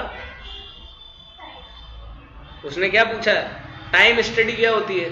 3 पॉइंट पूछे उसने, हर की वेटेज कितनी होगी 2 मार्क्स। तो टाइम स्टडी समझाओ 2 नंबर में बताओ। ये एक ऐसी साइंटिफिक मैनेजमेंट की टेक्निक है जिसमें हम स्टैंडर्ड टाइम कितना लगेगा एक वेल डिफाइंड जॉब को परफॉर्म करने में पता लगाते हैं। और कैसे पता लगाते हैं, स्टॉप वॉच का यूज करके, साइंटिफिक एनालिसिस करके, ऐसे हिट एंड ट्रायल करके नहीं लिख देंगे कि 1 घंटे में पेपर कराना है ना। सारे वर्कर्स को, नंबर ऑफ वर्कर्स को डिटरमाइन करेंगे, उनके लिए एक सूटेबल फ्रेम बनाएंगे और उस हिसाब से लेबर कॉस्ट डिटरमाइन करेंगे। डिफरेंशियल पीस वेज सिस्टम क्या होता है, जो ज्यादा बनाएगा उसको ज्यादा पैसा देंगे, जो कम बनाएगा उसको कम पैसा। ऐसे नहीं लिख के आ सकते वहां। हाँ अब यहां पे ऐसे समझाओ कि FW टेलर ने क्लासिफाई किया वर्कर्स को 2 कैटेगरी में, एफिशिएंट एंड इनएफिशिएंट। और जो स्टैंडर्ड टारगेट को पार करेंगे उनको अलग पे मिलेगा, और जो स्टैंडर्ड टारगेट को पार नहीं करेंगे उन्हें कम पे मिलेगा। अब हम यहाँ एक एग्जांपल बना के आ सकते हैं। There are 2 pieces of salaries. Piece के लिए कौन सा वर्ड लिखेंगे, ये वाला शांति वाला पीस मत लिख के आ जाना कि there are 2 piece, 1 in your life, 1 in my life, है ना। तो जो स्टैंडर्डाइज आउटपुट से ज्यादा बनाएगा उसको ज्यादा पैसा मिलेगा, और जो कम बनाएगा स्टैंडर्ड आउटपुट से उसको कम पैसा मिलेगा। अब तीसरा है मोशन स्टडी। अब विधि जैसी तो लिखा है, today I do not have a motion, I was in the pressure of the school examination. तो मोशन का मतलब क्या है, अननेसेसरी मूवमेंट्स को अवॉइड करना, बस उसी को एक्सप्लेन करके आना है। अब जब भी बेटा ऐसे 2 मार्क्स में हो तो हमारा काम यह है कि 2 बुलेट पॉइंट बना के आए, एक पैराग्राफ आंसर नहीं हो। 2 नंबर है, 2 पॉइंट लिख के आएंगे। 1 पॉइंट का नंबर नहीं मिला तो कम से कम 1 पॉइंट का तो दे ही देगा। पैराग्राफ लिख के आएंगे तो हाँ कचरा हो जाता है। और अपन क्या है, ऐसे महान व्यक्ति की जैसे ये गलती से ये पीस लिख दिया तो अपन यूं नहीं काटते। हाँ हमारे यहाँ तो ऐसे लोग हैं वो रफ वर्क में भी यूं कर रहे हैं कि दिख नहीं जाए कि मैंने क्या रफ वर्क किया है। तो ऐसे नहीं करके आना है, वहां एक पेंसिल लेके जाना है ना। और जैसे ये आपने लिख दिया तो ये गलती होगी तो यही इसको बस 1 लाइन से कट कर दिया, है ना। कॉपी चेकर समझदार है, वैसा नहीं वो इसके पीछे एडिटिंग करके पता लगाएगा कि यहां क्या लिख के आया था। कोशिश करनी है ओवर राइटिंग कम से कम हो, है ना, लिख के देखोगे तो अच्छा लगेगा। अब वैसे तो ये सवाल अच्छा था, नीचे फीचर समझाने थे। Principle of management general guideline क्यों होती है बताओ? क्योंकि ये जनरल गाइडलाइन होती है। निशांत का आंसर बहुत इंटरेस्टिंग है, जनरल गाइडलाइन क्यों? क्योंकि ये जनरल ही होती है। इसमें ST ST OBC का कोई रोल नहीं होता, ये जनरल वालों के लिए होती है। ऐसे महान बच्चे भी देखे मैंने जिन्होंने कॉपियों में ये लिखा है, ये गाइडलाइन केवल जनरल कैटेगरी के लिए। तो जनरल गाइडलाइन का मतलब क्या है? It is not a principle of management do not provide readymade solutions. हाँ, आपको कॉज एंड इफेक्ट रिलेशनशिप के हिसाब से ध्यान देना पड़ेगा और पर्सनलाइज्ड अप्लाई करना पड़ेगा इन द एवरी सिचुएशन। दूसरा मेनली बिहेवियर, तो ये मेनली का मेन काम का है, यहां पर इंसानों पे बनाए गए हैं। मेनली बिहेवियर का मतलब ही क्या है? मैनेजमेंट प्रिंसिपल किसके लिए बनाए गए हैं? ह्यूमन के बिहेवियर को इन्फ्लुएंस करने के लिए बनाए गए हैं, ठीक है। साथ ही साथ बेटर अंडरस्टैंडिंग मिलती है इंसान के बीच में और मटेरियल रिसोर्सेज के बीच में, तो ये mainly behaviour. Formed by practice and experimentation का मतलब क्या है यहाँ पर? हाँ, तो ये यही लिख के आएगी, it is formed by practice and experimentation. तो बेटा ये तो लिखा हुआ ही है। अब अगर आप, मजे की बात पता है क्या है, अगर आप CBSE की मार्किंग स्कीम उठा के भी देखोगे ना, उसमें भी यही लिखा हुआ। ये टाइटल है, फीचर का टाइटल क्या है? Formed by practice and experimentation. अब CBSE का आंसर क्या लिखा हुआ? The principles of management are formed by practice and experimentation with collective wisdom of managers. छोटे बच्चे की तरह नहीं, this is because of this, by collective wisdom of manager. अब सेकंड पॉइंट भी ये लिखा है, this principles are formed by experimentation, क्योंकि इसके बारे में इससे ज्यादा आप लिख के आ भी नहीं पाओगे। आप अगर कॉपी में भी देखोगे, मेरे नोट्स में भी देखोगे या मॉड्यूल्स में भी देखोगे, तो इसके लिए उतनी लाइन दे रखी है। किसी भी चीज को ज्यादा एक्सेस इलेबोरेट नहीं करना है ना। जैसे आयुषी ने समझा, इलेबोरेट मत कर, कंट्रोल। अगले कुछ सवाल पे आते हैं। फिर एक केस स्टडी, बहुत लंबी, एक पन्ने की केस स्टडी डराने के लिए। आयुषी के लिए अपने काम के लिए। तो अब अभी तक जितनी भी केस स्टडीज हमने पढ़ी बेटा, उसमें कहीं भी ये नहीं लिखा हुआ था ये। अब आपको लाइन कोट करनी है कि आप किस लाइन से आइडेंटिफाई कर रहे हो, और आइडेंटिफाई करके क्या करना है? एक्सप्लेन भी करना है। दो तो क्या एक्सप्लेन करना है? बेनिफिट। और दो क्या चीजें एक्सप्लेन करनी है? लिमिटेशंस। तो लिमिटेशंस तो याद है हमें, कौन कौन सी लिमिटेशंस है अपने पास? 4-5 लिमिटेशंस है ना प्लानिंग की। Does not guarantee success, reduce creativity, leads to rigidity, और huge cost, does not work in dynamic environment. चलिए ढूंढते हैं कौन कौन सी आपको मिलती है, देखते हैं। चलिए आइए, पहले अपन लिमिटेशंस ढूंढ रहे हैं, ठीक है। पैराग्राफ शुरू करते हैं। अतुल शर्मा जी हैं, चीफ एग्जीक्यूटिव ऑफिसर है, जूते बनाने की कंपनी है, step on footwear company manufacture करती है इनोवेटिव और कंफर्टेबल जूते, है ना। नेल पेंट जैसे जूते बनाते हैं, इनोवेटिव ही है। अतुल शर्मा जी जो है वो मेटिकुलस प्लानिंग करते हैं। अब हिंदी पढ़नी पड़ेगी आयुषी मेरे को तो यार। अतुल शर्मा सूक्ष्म नियोजन के लिए जाना जाता था, मर गया क्या? Atul Sharma was known for meticulous planning, सूक्ष्म प्लानिंग करते हैं, 0। He ensured that the goals and objectives of company are clearly stated so that they can act as a guide for deciding what action should be taken and in which direction. Before each season, carefully analyze market trends, customer preference and product schedules. और analyse company को enable करता है आगे ले जाने के लिए, changes को एंटिसिपेट करने के लिए, और as a result they were able to consistently deliver innovative and comfortable shoes to the market. अभी तक तो इस पूरे पैराग्राफ में कहीं भी हमें एक भी वो नहीं मिली लिमिटेशन, कहीं भी कोई गलती खामी बता ही नहीं रहा है। तो ये तो गेरा सब अच्छा हो रहा है। तो आगे देखते हैं किसी अगले पैराग्राफ में। During one season there was a sudden surge in demand for eco friendly shoes. एकदम से एक नई डिमांड आई बाजार में इको फ्रेंडली शूज की। फिर क्या कह रहा है, step on has already plan their production for year with specific goals and time frame. और फिर क्या कह रहा है, the manager did not have the flexibility to change the plan. मिल गई फ्लेक्सिबिलिटी मिल गई। इसको लेकर हम जो आपने बोला था लीड्स टू रिजिडिटी, उसका एक्सप्लेनेशन हमें यहाँ देखने को मिल गया। तो पहली लिमिटेशन तो हमें सर देखने को मिल गई। और एक दूसरी शू कंपनी है इको स्टेप, उसने क्विकली अडेप्ट कर लिया और कंफर्टेबली मैन्युफैक्चरर कर रहे हैं। और by not being able to adjust to the rapid changing environment, ये हमें मिल गया यहाँ से, do not work in dynamic environment. तो हमें सेकंड पैराग्राफ में तो क्या मिल गए, लिमिटेशंस मिल गई, do not work in dynamic environment.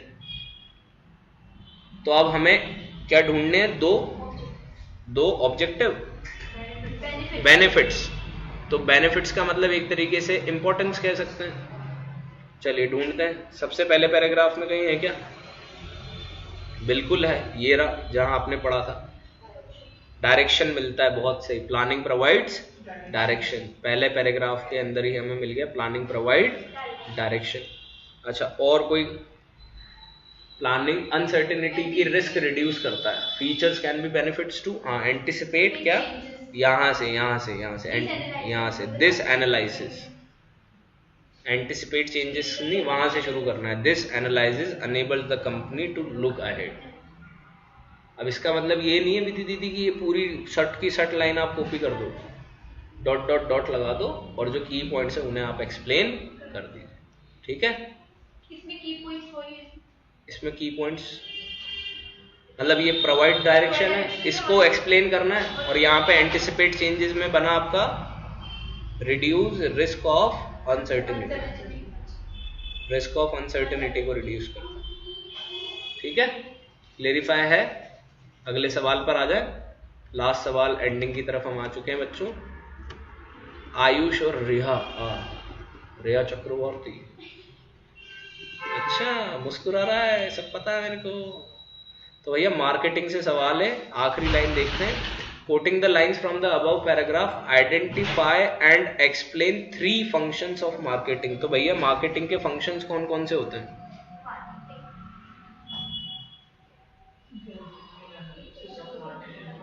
Marketing में हमने पढ़ा है सर मार्केटिंग मिक्स,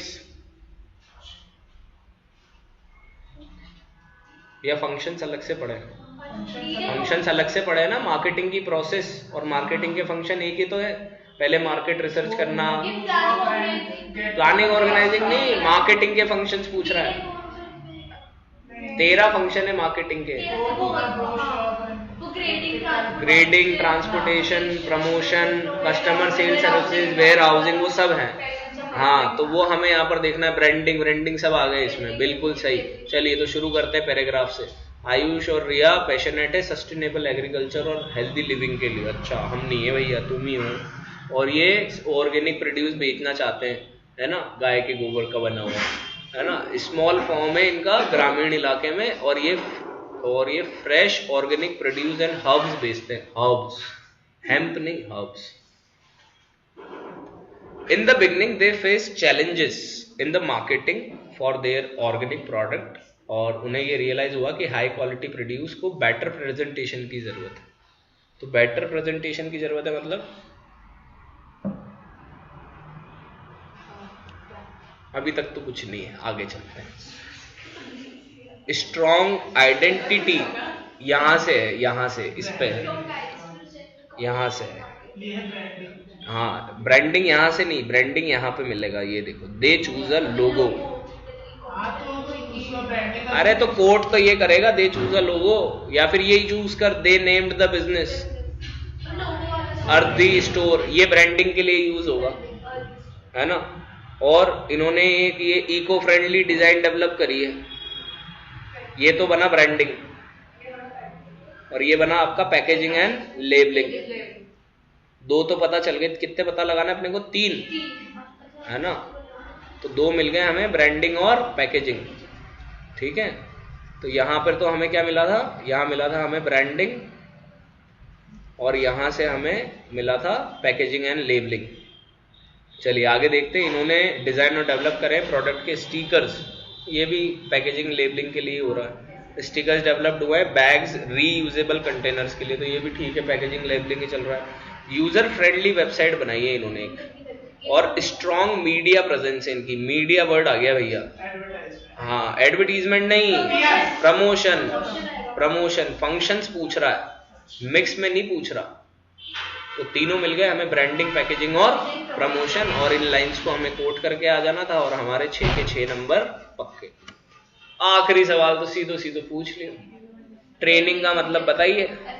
तो जो मम्मी रोज हमें बर्तन धोने को लिए सिखाती है वो हमारी ट्रेनिंग हो रही है, और इसमें 2 चीजें हमें बतानी है, अप्रेंटाइज और इंटर्नशिप। तो अप्रेंटाइज के अंदर तो कौन होता है, मास्टर वर्कर और ट्रेनी, और इंटर्नशिप में प्रोफेशनल इंस्टीट्यूट्स और कॉलेज कॉर्पोरेट से टाई अप करते हैं अपने स्टूडेंट्स को सिखाने के लिए।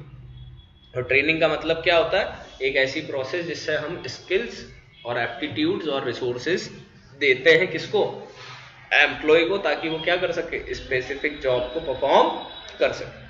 या फिर यहाँ पे पूछ रहा है डायरेक्टिंग के 4 इंपॉर्टेंस बता दो सीधे सीधे, तो फीचर्स लिख दो। डायरेक्टिंग इनिशिएट एक्शन, एम्प्लॉय के एफर्ट्स को इंटीग्रेट करता है, फुल पोटेंशियल से गाइड करता है ताकि आप डिसीजन को फैसिलिटेट कर पाओ, जो चेंजेस हैं वो सारे चेंजेस लाता है, और ऑर्गेनाइजेशन में स्टेबिलिटी और बैलेंसिंग लाता है। और इसी के साथ 2024 का हमारा जो पेपर डिस्कशन है वो कंप्लीट हुआ। हमें एक चीज हम मार्क करके देखते हैं बेटा, 34 है ना, आप ये मार्क करना मेरे साथ कौन कौन से क्वेश्चन।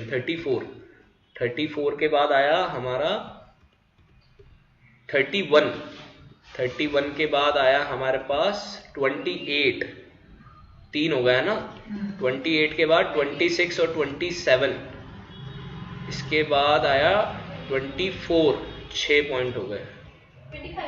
हाँ गिन लिया मैंने, 24 के साथ 6 पॉइंट हो गए, 21 के साथ 7 हो गए, यानी ओवरऑल अगर हम बात करें तो 7 क्वेश्चंस डायरेक्ट सवाल थे,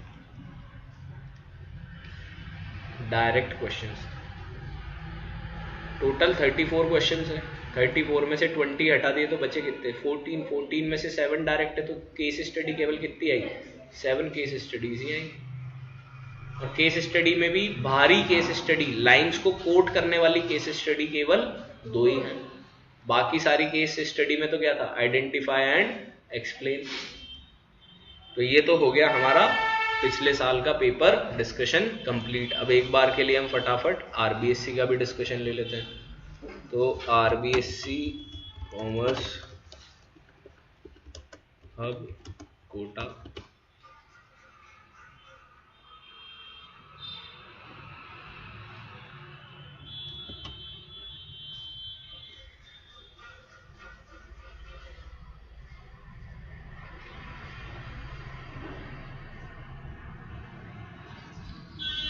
वेबसाइट लोड हो गई, क्लास 12 का आर्काइव से पूरा का पूरा लोड हो जा भाई। ऐसी नाराजगी,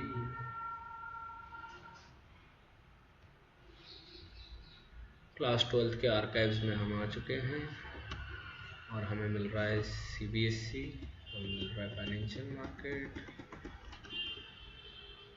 RBSC previous year paper,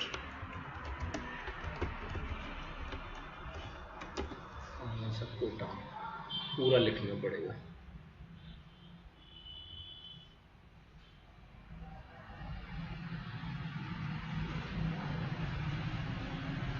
please load.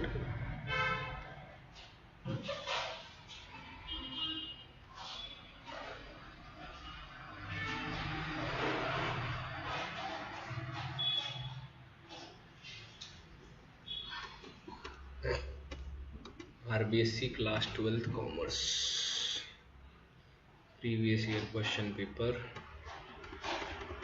2023 का है मेरे पास, 24 का नहीं है अभी अवेलेबल। 23 का देख लेते हैं एक बार के लिए। 23 का जो हमारा पेपर है वो हमारी स्क्रीन पर आ चुका है।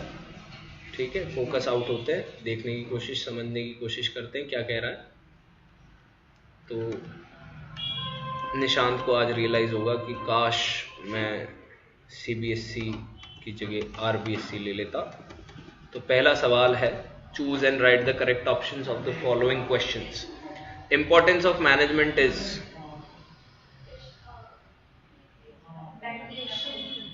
Create a dynamic organization. क्या बात है, आयुषी जी बहुत प्रसन्न दिखती है कि अब आया, अब देंगे धोबी पछाड़। अगला, प्लानिंग इज कंटिन्यूअस। ए भगवान, मेरे को RBSE में जाना है। स्टाफिंग के कितने एस्पेक्ट है? रिक्रूटमेंट, सिलेक्शन और ट्रेनिंग। कितने हैं? 3। और मेरे को RBSE में जाना है। सेबी कब स्टेब्लिश हुआ था? 1992 में। मेरे को RBSE में जाना है। मोटिवेशन की पहली स्टेप क्या है? Unsatisfied need. ठीक है, ये अभी मैंने मोटिवेशन की स्टेप कुछ बच्चों को नहीं पता, CBSE वालों को, RBSE वालों को मैं एक बार रिवाइज करा देता हूँ। सबसे पहले आपकी एक नीड होती है जो अनसेटिस्फाइड होती है, उससे आपको होती है टेंशन, फिर टेंशन से आप ढूंढते हो ड्राइव, फिर ड्राइव से आता है सेटिस्फेक्शन, फिर आपकी टेंशन हो जाती है रिड्यूस, फिर एक नई नीड आ जाती है और फिर वापस हो जाती है अनसेटिस्फाइड नीड। जैसे कि निशांत पूरे घर पे 1 महीने तक हल्ला मचाता रहा कि मेरे को गाड़ी खरीदनी है, गाड़ी खरीदनी है, गाड़ी खरीदनी है, किसी ने नहीं दिलाई, अनसेटिस्फाइड नीड थी। पापा मना कर रहे हैं, मम्मी मना कर रही है। फिर ये फाइनली दादाजी के पास गया, दादाजी ने इसको कहा कि अगर तू अच्छी परसेंटेज लाएगा तो तेरे को गाड़ी दिला देंगे। तो इसने कहा दादाजी देखो, गाड़ी तो क्या परसेंटेज के बाद नहीं, अभी चाहिए, आपको भी हॉस्पिटल लेके जाना है, सब्जी वब्जी भी लाता हूँ, दूध दही भी लाता हूँ। तो दादाजी ने पापा से बात करके आज ही गाड़ी खरीदवा दी, और भैया आज ही गया, आज स्पोर्ट्स बाइक लिया है पल्सर, लेकिन आज लाए और कल KTM लॉन्च हो गई, अब वापस अनसेटिस्फाइड नीड हो गई। तो इस तरीके से होता है। तो पहली अनसेटिस्फाइड नीड से ही कहानी मोटिवेशन की शुरू होती है। विपणन, मेरे को वर्ड ही बहुत इंटरेस्टिंग लगता है। विपणन मतलब मार्केटिंग। तो मार्केटिंग मिक्स के कितने एलिमेंट है? Price, promotion, place, product. 4। मेरे को RBSE। Most popular grape vine communication क्या होता है? ग्रेप वाइन यानी कि इनफॉर्मल कम्युनिकेशन। तो गॉसिप, गॉसिप सबसे कॉमन क्या है? गॉसिप। 4 जने इकट्ठे हुए क्या शुरू करते हैं? गॉसिप। विधि दीदी जहां भी जाती है वहां क्या शुरू करती है? खुद ही बोल रही है। An example of turnover ratio. Data turnover. Accounts कहां से ले आया पागल? ले आया मार्केट फाइनेंशियल मैनेजमेंट से लाया। इफेक्टिव कम्युनिकेशन के semantic barriers. Semantic barrier of effective, technical jargon. हाँ, स्टेटस जो है वो पर्सनल बैरियर है, प्री मैच्योर इवैल्यूएशन जो है वो साइकोलॉजिकल बैरियर्स है, रूल्स जो है वो ऑर्गेनाइजेशनल बैरियर्स है। लेकिन ऐसे टेक्निकल शब्द फेंक के मारना, ये सिमेंटिक बैरियर है। नियंत्रण का महत्व क्या है? Importance of control. Facilitate coordination. है मेरे को RBSE से जाना, अभी तक एक भी गलत नहीं है मेरा सवाल। कंज्यूमर प्रोटेक्शन इसलिए इंपॉर्टेंट है कंज्यूमर पॉइंट ऑफ व्यू से। Unorganised consumer, very good Ayushi, unorganised consumers. चलिए इसके बाद modern technique of managerial control. Managerial control NCERT के हिसाब से है, आंसर है break.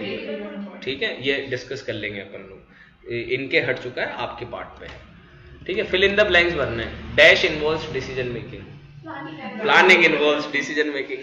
In selection process choosing the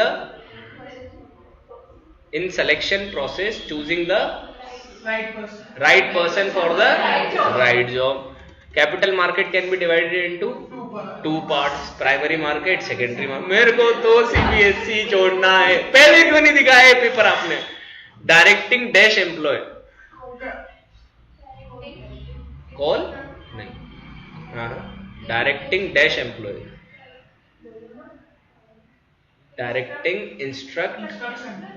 instruct, motivate, guide. तीनों चीजें लिख के आओ, कुछ ना कुछ तो सही जाएगा ही जाएगा definition. Department of consumer affairs, government of India has been undertaking dash campaign for generating awareness among consumers. Jago Grahak जागो। मेरे को तो CBSE छोड़नी है, मैं 1 साल बर्बाद कर दूं चाहे, अब तो मैं 99% ही लाऊंगा और मैं आरबीएससी जाऊंगा, dash flow from top to bottom, authority, ये देखो। अब अभी तक एमसीक्यू खत्म हुए, अब 1 लाइनर क्वेश्चन है, ठीक है, वेरी शॉर्ट है ना। तो 24 मार्क्स तो सालों तुम्हारा एमसीक्यू में ही चल रहा है। ये पहला सवाल था, ये 6 नंबर तो ये, और 12 6 18 और 12 30 तो तुम्हारे ऐसे ही आ गए। मेरे को तो आरबीएससी में आना। Management is all pervasive activity, how in all types of organisations में जरूरत होता है। इसमें पूरा लिखो, चाहे प्रॉफिट मेकिंग हो, चाहे नॉन प्रॉफिट मेकिंग हो, चाहे स्मॉल हो, चाहे मीडियम हो, चाहे बिग हो।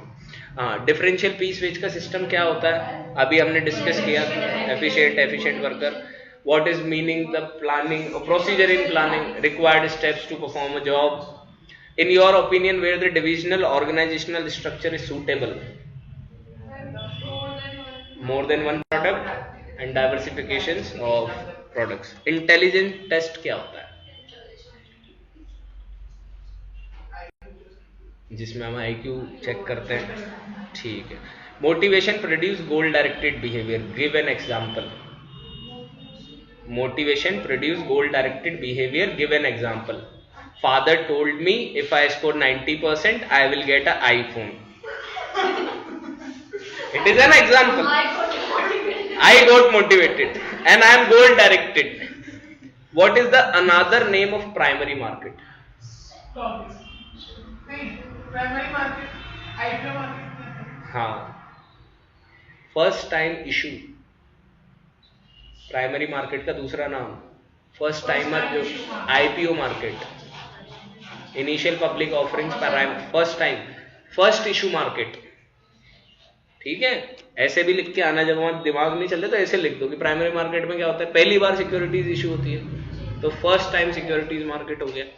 अगला, write the meaning of functional structure of organisation.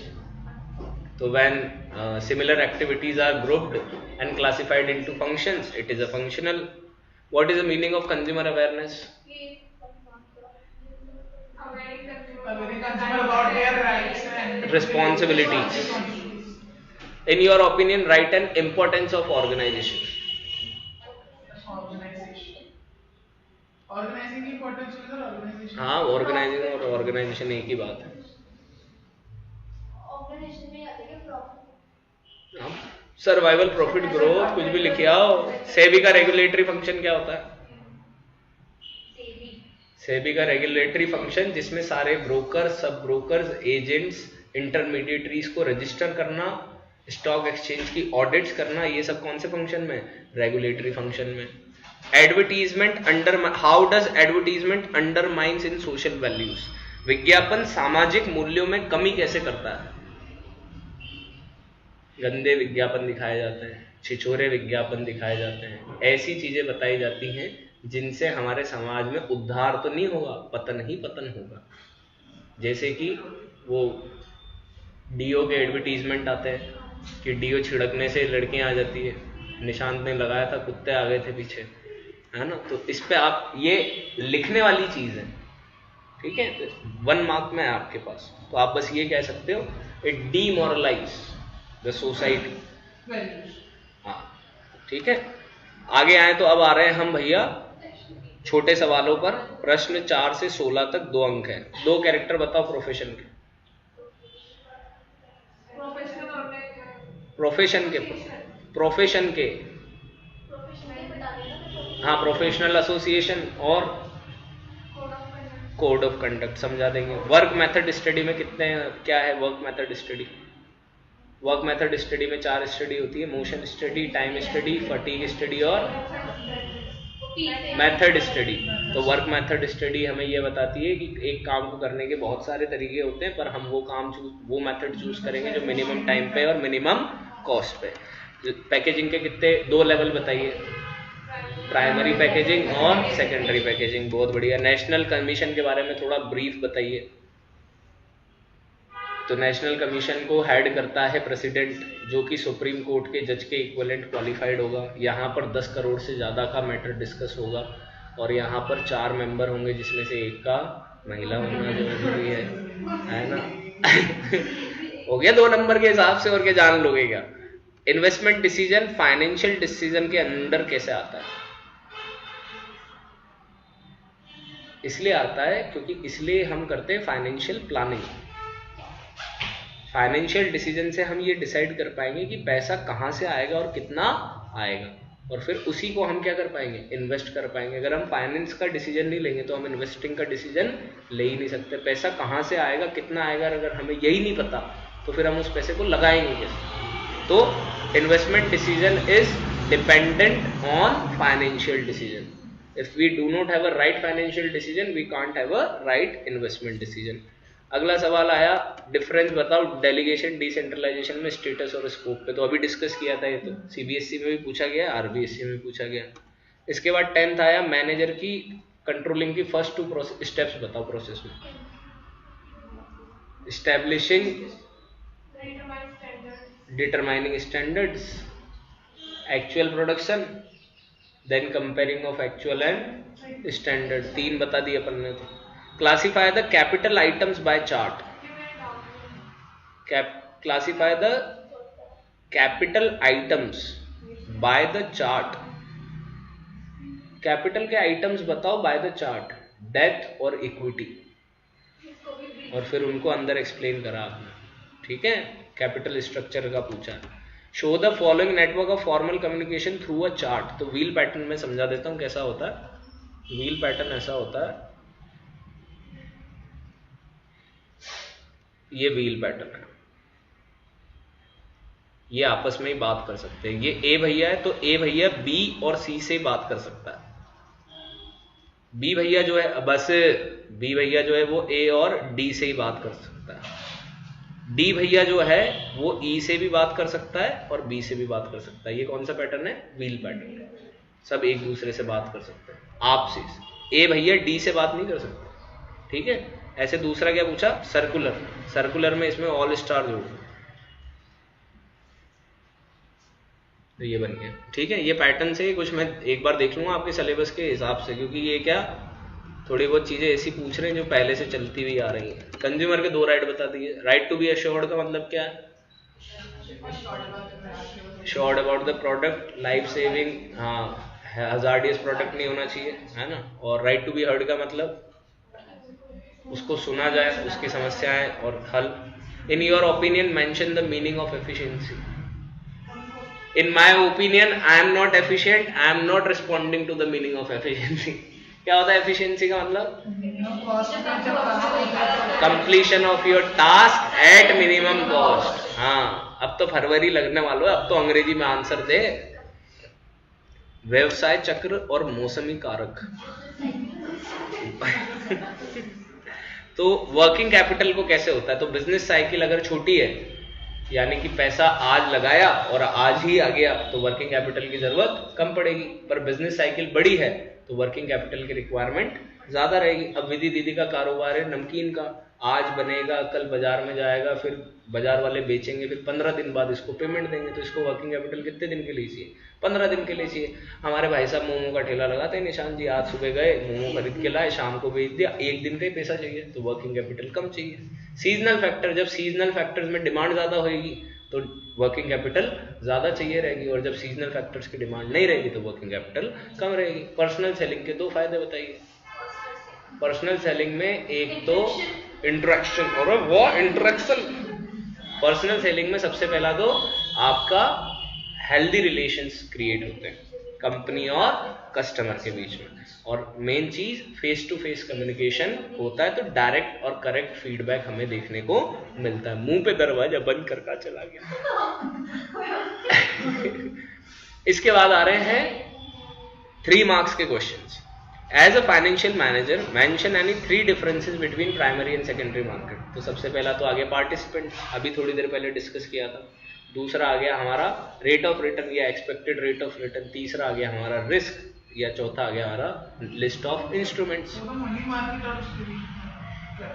अच्छा, प्राइमरी और सेकेंडरी, तो ये ऐसे कर दो differentiate. Issue of securities first time issue in primary, फिर buying and sell and transfer in secondary, ठीक है। रिलेशन बिटवीन रिलेशंस, तो रिलेशन में प्राइमरी में आपने लिखा कंपनी टू इन्वेस्टर, सेकेंडरी में लिखा इन्वेस्टर टू इन्वेस्टर, ठीक है। मनी और इंटरेस्ट रेट के हिसाब से डिमोनेटाइजेशन का इंपैक्ट बताइए। Mention the impact of money और इंटरेस्ट रेट्स ऑफ डिमोनेटाइजेशन। तो डिमोनेटाइजेशन होने की वजह से मनी की रेट्स में क्या देखने को मिला? इंक्रीज देखने को मिला कि डिक्रीज देखने को मिला? डिक्रीज देखने को मिला, क्योंकि ब्लैक मनी क्या हो गया? खत्म हो गया। 19th क्या कह रहा है? एज अ मैनेजर प्लानिंग की फर्स्ट 3 स्टेप्स बताइए। Setting of objective, developing premises, identify the alternate courses of action. Formal organization के डिसएडवांटेज बताइए। दिन भर काम पे फोकस रखते हैं, सोशल सेटिस्फेक्शन बिल्कुल नहीं देते। और कुछ बताएंगे? 3 नंबर 2 समझा देंगे, 1.5 नंबर में मिल जाएंगे। क्या फिर आप एक ये भी कह सकते हैं, most things are in writing manner, oral discussion यहाँ पे अलाउड नहीं होता। वैसे तो ये कह सकते हैं एम्फेसिस ऑन वर्क ओनली, और दूसरा आप ये कह सकते हैं lack of social satisfaction among employees. इसके बाद आखिरी आया हमारा सेक्शन डी, 3 सवाल 4-4 नंबर के। यूनिटी ऑफ कमांड और यूनिटी ऑफ डायरेक्शन में 2 डिफरेंस बताइए। तो यूनिटी ऑफ कमांड कहता है 1 boss only, unity of direction कहता है 1 head 1 plan. Unity of command कहता है हमें 1 बॉस ओनली को एक्सप्लेन कर दो, फिर नीचे अलग तरीके से मीनिंग बता के, है ना? यही कर सकते हैं। अच्छा, नीचे प्रिंसिपल्स के 4 इंपॉर्टेंस बता दो। Helps manager useful insight to convert into reality. और भी 4 से 5 हैं इंपॉर्टेंस, आप बता सकते हैं। MLL में आपको देखने को मिल जाएंगे मॉड्यूल के अंदर अपने। Selection of placement agency, clarify as a manager, clarify the selection and placement agencies. तो सिलेक्शन तो एक प्रोसेस है, और प्लेसमेंट एजेंसीज जो कि मीडिएटर का काम करती है, इंटरमीडिएटरी का काम करती है कॉर्पोरेट्स और जॉब सीकर्स के बीच में। बेरोजगार नहीं लिख देना है, जॉब सीकर्स लिखना है। हाँ, they have database of unemployed persons and they give data to the company, ऐसे नहीं लिख के आना है। Explain the recruitment and casual callers. तो रिक्रूटमेंट का मतलब inducing more and more persons to apply for the vacant job in the organization, और कैजुअल कॉलर्स का मतलब वो लोग, sir sometimes some people drop their resume when there is no job, but then when got job we call them। ऐसे लोग जो पिछली बार select नहीं हुए थे, या ऐसे लोग जो फोकट टाइम में अपना CV छोड़ जाते हैं, उनको हम फोन करके बुलाएं तो वो होते हैं हमारे कैजुअल कॉलर्स। फाइनेंशियल मैनेजमेंट में फिक्स्ड कैपिटल का मतलब समझाइए। तो फिक्स्ड कैपिटल जो कि फिक्स्ड एसेट्स को क्रिएट करने में लगती है, जो कि लंबे समय तक बिजनेस में होंगी, और ये वो रिसोर्सेज है जिनसे हम लॉन्ग टर्म हमारे प्रोडक्शंस को आगे चलाएंगे। फाइनेंशियल मैनेजमेंट का मतलब तो अलोकेटिंग और यूटिलाइजिंग और collecting funds and surplus generation then distribution efficient is financial management. Interest coverage ratio and debt service coverage ratio कैसे कैपिटल स्ट्रक्चर को इम्पैक्ट करते हैं? तो अगर इंटरेस्ट ज्यादा होगा तो कैपिटल में उधार ज्यादा इस्तेमाल करना की जरूरत नहीं है, पहले से इंटरेस्ट ज्यादा चल रहा है। डेट सर्विस कवरेज रेशियो बताएगा कि इक्विटी और डेट का कंपेयर करके बताएगा, अगर ये कम है तो आप उधार ले सकते हो, ये कम नहीं है तो उधार नहीं लेना चाहिए। इसी के साथ आपका पेपर हो गया समाप्त। सीधे सीधे सवाल, कोई भी केस स्टडी नहीं है। जो भी मिलेगा ना आज से सबको एक ही बात बोलूंगा, भाई एडमिशन तो RBST में लेना। चलिए, तो मैंने आपको 2023 का RBSC और 2024 का CBSC मैंने आपको practice, EBIT earning before interest, हाँ वो अपन एक बार देख लेते हैं, बिल्कुल कोई दिक्कत नहीं बेटा। ये लो भैया, मैम को सीखना है ट्रेडिंग ऑन इक्विटी क्या होता है। तो हम उधार का इस्तेमाल करते हैं, किस लिए करते हैं उधार का इस्तेमाल? ताकि अर्निंग पर शेयर बढ़ सके, तो उसको कहते हैं अपन ट्रेडिंग ऑन इक्विटी। तो इसमें एक हमारा स्टैंडर्ड प्रपोजल हम रेडी करके चलते हैं कि हमारा जो इन्वेस्टमेंट है हमारा 30 लाख का, हमारा प्रॉफिट है 4 लाख का। ये फिक्स है, ये मुंह पे याद रख लो। इन्वेस्टमेंट 30 लाख का, प्रॉफिट 4 लाख का। अब हमारे पास पहला प्रपोजल है, हम इक्विटी शेयर इशू करेंगे 2,10,000 रुपए के, और डिबेंचर इशू करेंगे 1,10,000 रुपए के, तो 30 लाख रुपए इकट्ठे हो जाएंगे। और दूसरा प्रपोजल है हमारे पास कि हम इक्विटी इशू करेंगे 3,10,000 रुपए पे, तो भी 30 लाख रुपए इकट्ठे हो जाएंगे। 2 चीज हमने अजम्पशन कर रखी है, जो डिबेंचर है उस पर इंटरेस्ट रेट है 10%, और जो हमारा टैक्स है वो टैक्स रेट है हमारी 30%। ये स्टैंडर्ड याद करो। अब अगर पहले प्रपोजल के हिसाब से हम चलते हैं तो हमारा जो EBIT रहेगा वो दोनों की तरफ कितना रहेगा, 4 लाख और 4 लाख। अब अगर मैं इसमें से इंटरेस्ट माइनस करता हूं तो पहले केस में 1 लाख इंटू 10 यानी कि 10 लाख। 10 लाख का 10% निकाला तो कितना आया, 1 लाख। यहाँ पर कोई भी इंटरेस्ट पे है ही नहीं, तो यहाँ पे फाइनली हमारे पास रह गए 3 लाख, यहाँ पर रह गए 4 लाख। अब इसमें से हम टैक्स हटा देते हैं, तो टैक्स से 30%, तो यहाँ पर कटेगा 90,000 और यहाँ पे कटेगा हमारा 1,20,000। तो अब हमारे पास वैल्यू बचती है यहाँ पर तो 2,10,000 की, और यहाँ पर वैल्यू बचती है हमारे पास 2,80,000 की। लेकिन 2,80,000 पे हमारे पास शेयर होल्डर कितने हैं, 3 लाख शेयर होल्डर है, और यहाँ पर 2,10,000 पे कितने शेयर होल्डर है, 2 लाख शेयर होल्डर है। तो यहाँ पर तो हम कमाएंगे 1.05 और यहाँ पर हम कमाएंगे 0.93। तो ये फेवरेबल केस हमें देखने को मिल रहा है, क्योंकि 30 लाख पे हम 4 लाख कमा रहे हैं। तो हमारा ROI जो है वो है 13.33%। 13.33% में हमारा 10% का इंटरेस्ट भी कवर हो गया और अर्निंग पर शेयर भी इंक्रीज हो गया। ये हो गया। और इसकी जगह अनफेवरेबल बनाना हो तो इसको 4 लाख की जगह कर दो 2 लाख, तो अनफेवरेबल बन जाएगा। स्कीम प्रपोजल की यही रखो। अब इसकी जगह आपने लिखा 2 लाख, यहाँ भी लिखा 2 लाख। अब यहाँ पर 1 लाख चला गया, यहाँ पे कुछ नहीं गया, तो यहाँ आपके पास बचे 1 लाख, यहाँ आपके पास बच गए 2 लाख। अब यहाँ से आप टैक्स रेट जो है वो लगाओगे, तो टैक्स रेट लगेगी तो यहाँ पर आपके पास मिलेगा आपको 30,000 का टैक्स, तो आपके पास बचेगा 70,000 रुपया। और यहाँ पर 2 लाख पे लगाओगे तो यहाँ होगा 60,000 और यहाँ बचेगा आपके पास 1,40,000 रुपया। तो यहाँ पर तो आप कमाओगे आई थिंक सो 0.35 समथिंग, और यहाँ आप कमाओगे 0.45 समथिंग। तो यहाँ पर आपका 10% का ये रेट है। जब ये 2 लाख हो जाएगा तो आपका ROI आएगा 6.66%। तो इंटरेस्ट आ रहा है ज़्यादा और रिटर्न ऑन इन्वेस्टमेंट है कम। तो 6% कमाएंगे तो 10% का ब्याज कहाँ से चुकाएंगे। तो फिर इस केस में हम प्रपोजल नंबर 2 पे जाएंगे। हम उधार का इस्तेमाल नहीं करेंगे, हम केवल इक्विटी शेयर इशू करेंगे। ये डिटेल डिस्कशन में एक बार और आपको दे दूंगा, उसमें कोई दिक्कत नहीं है। फिलहाल आज का टास्क इतना सा है कि जितना आज पढ़ाया है उतना घर पे प्रैक्टिस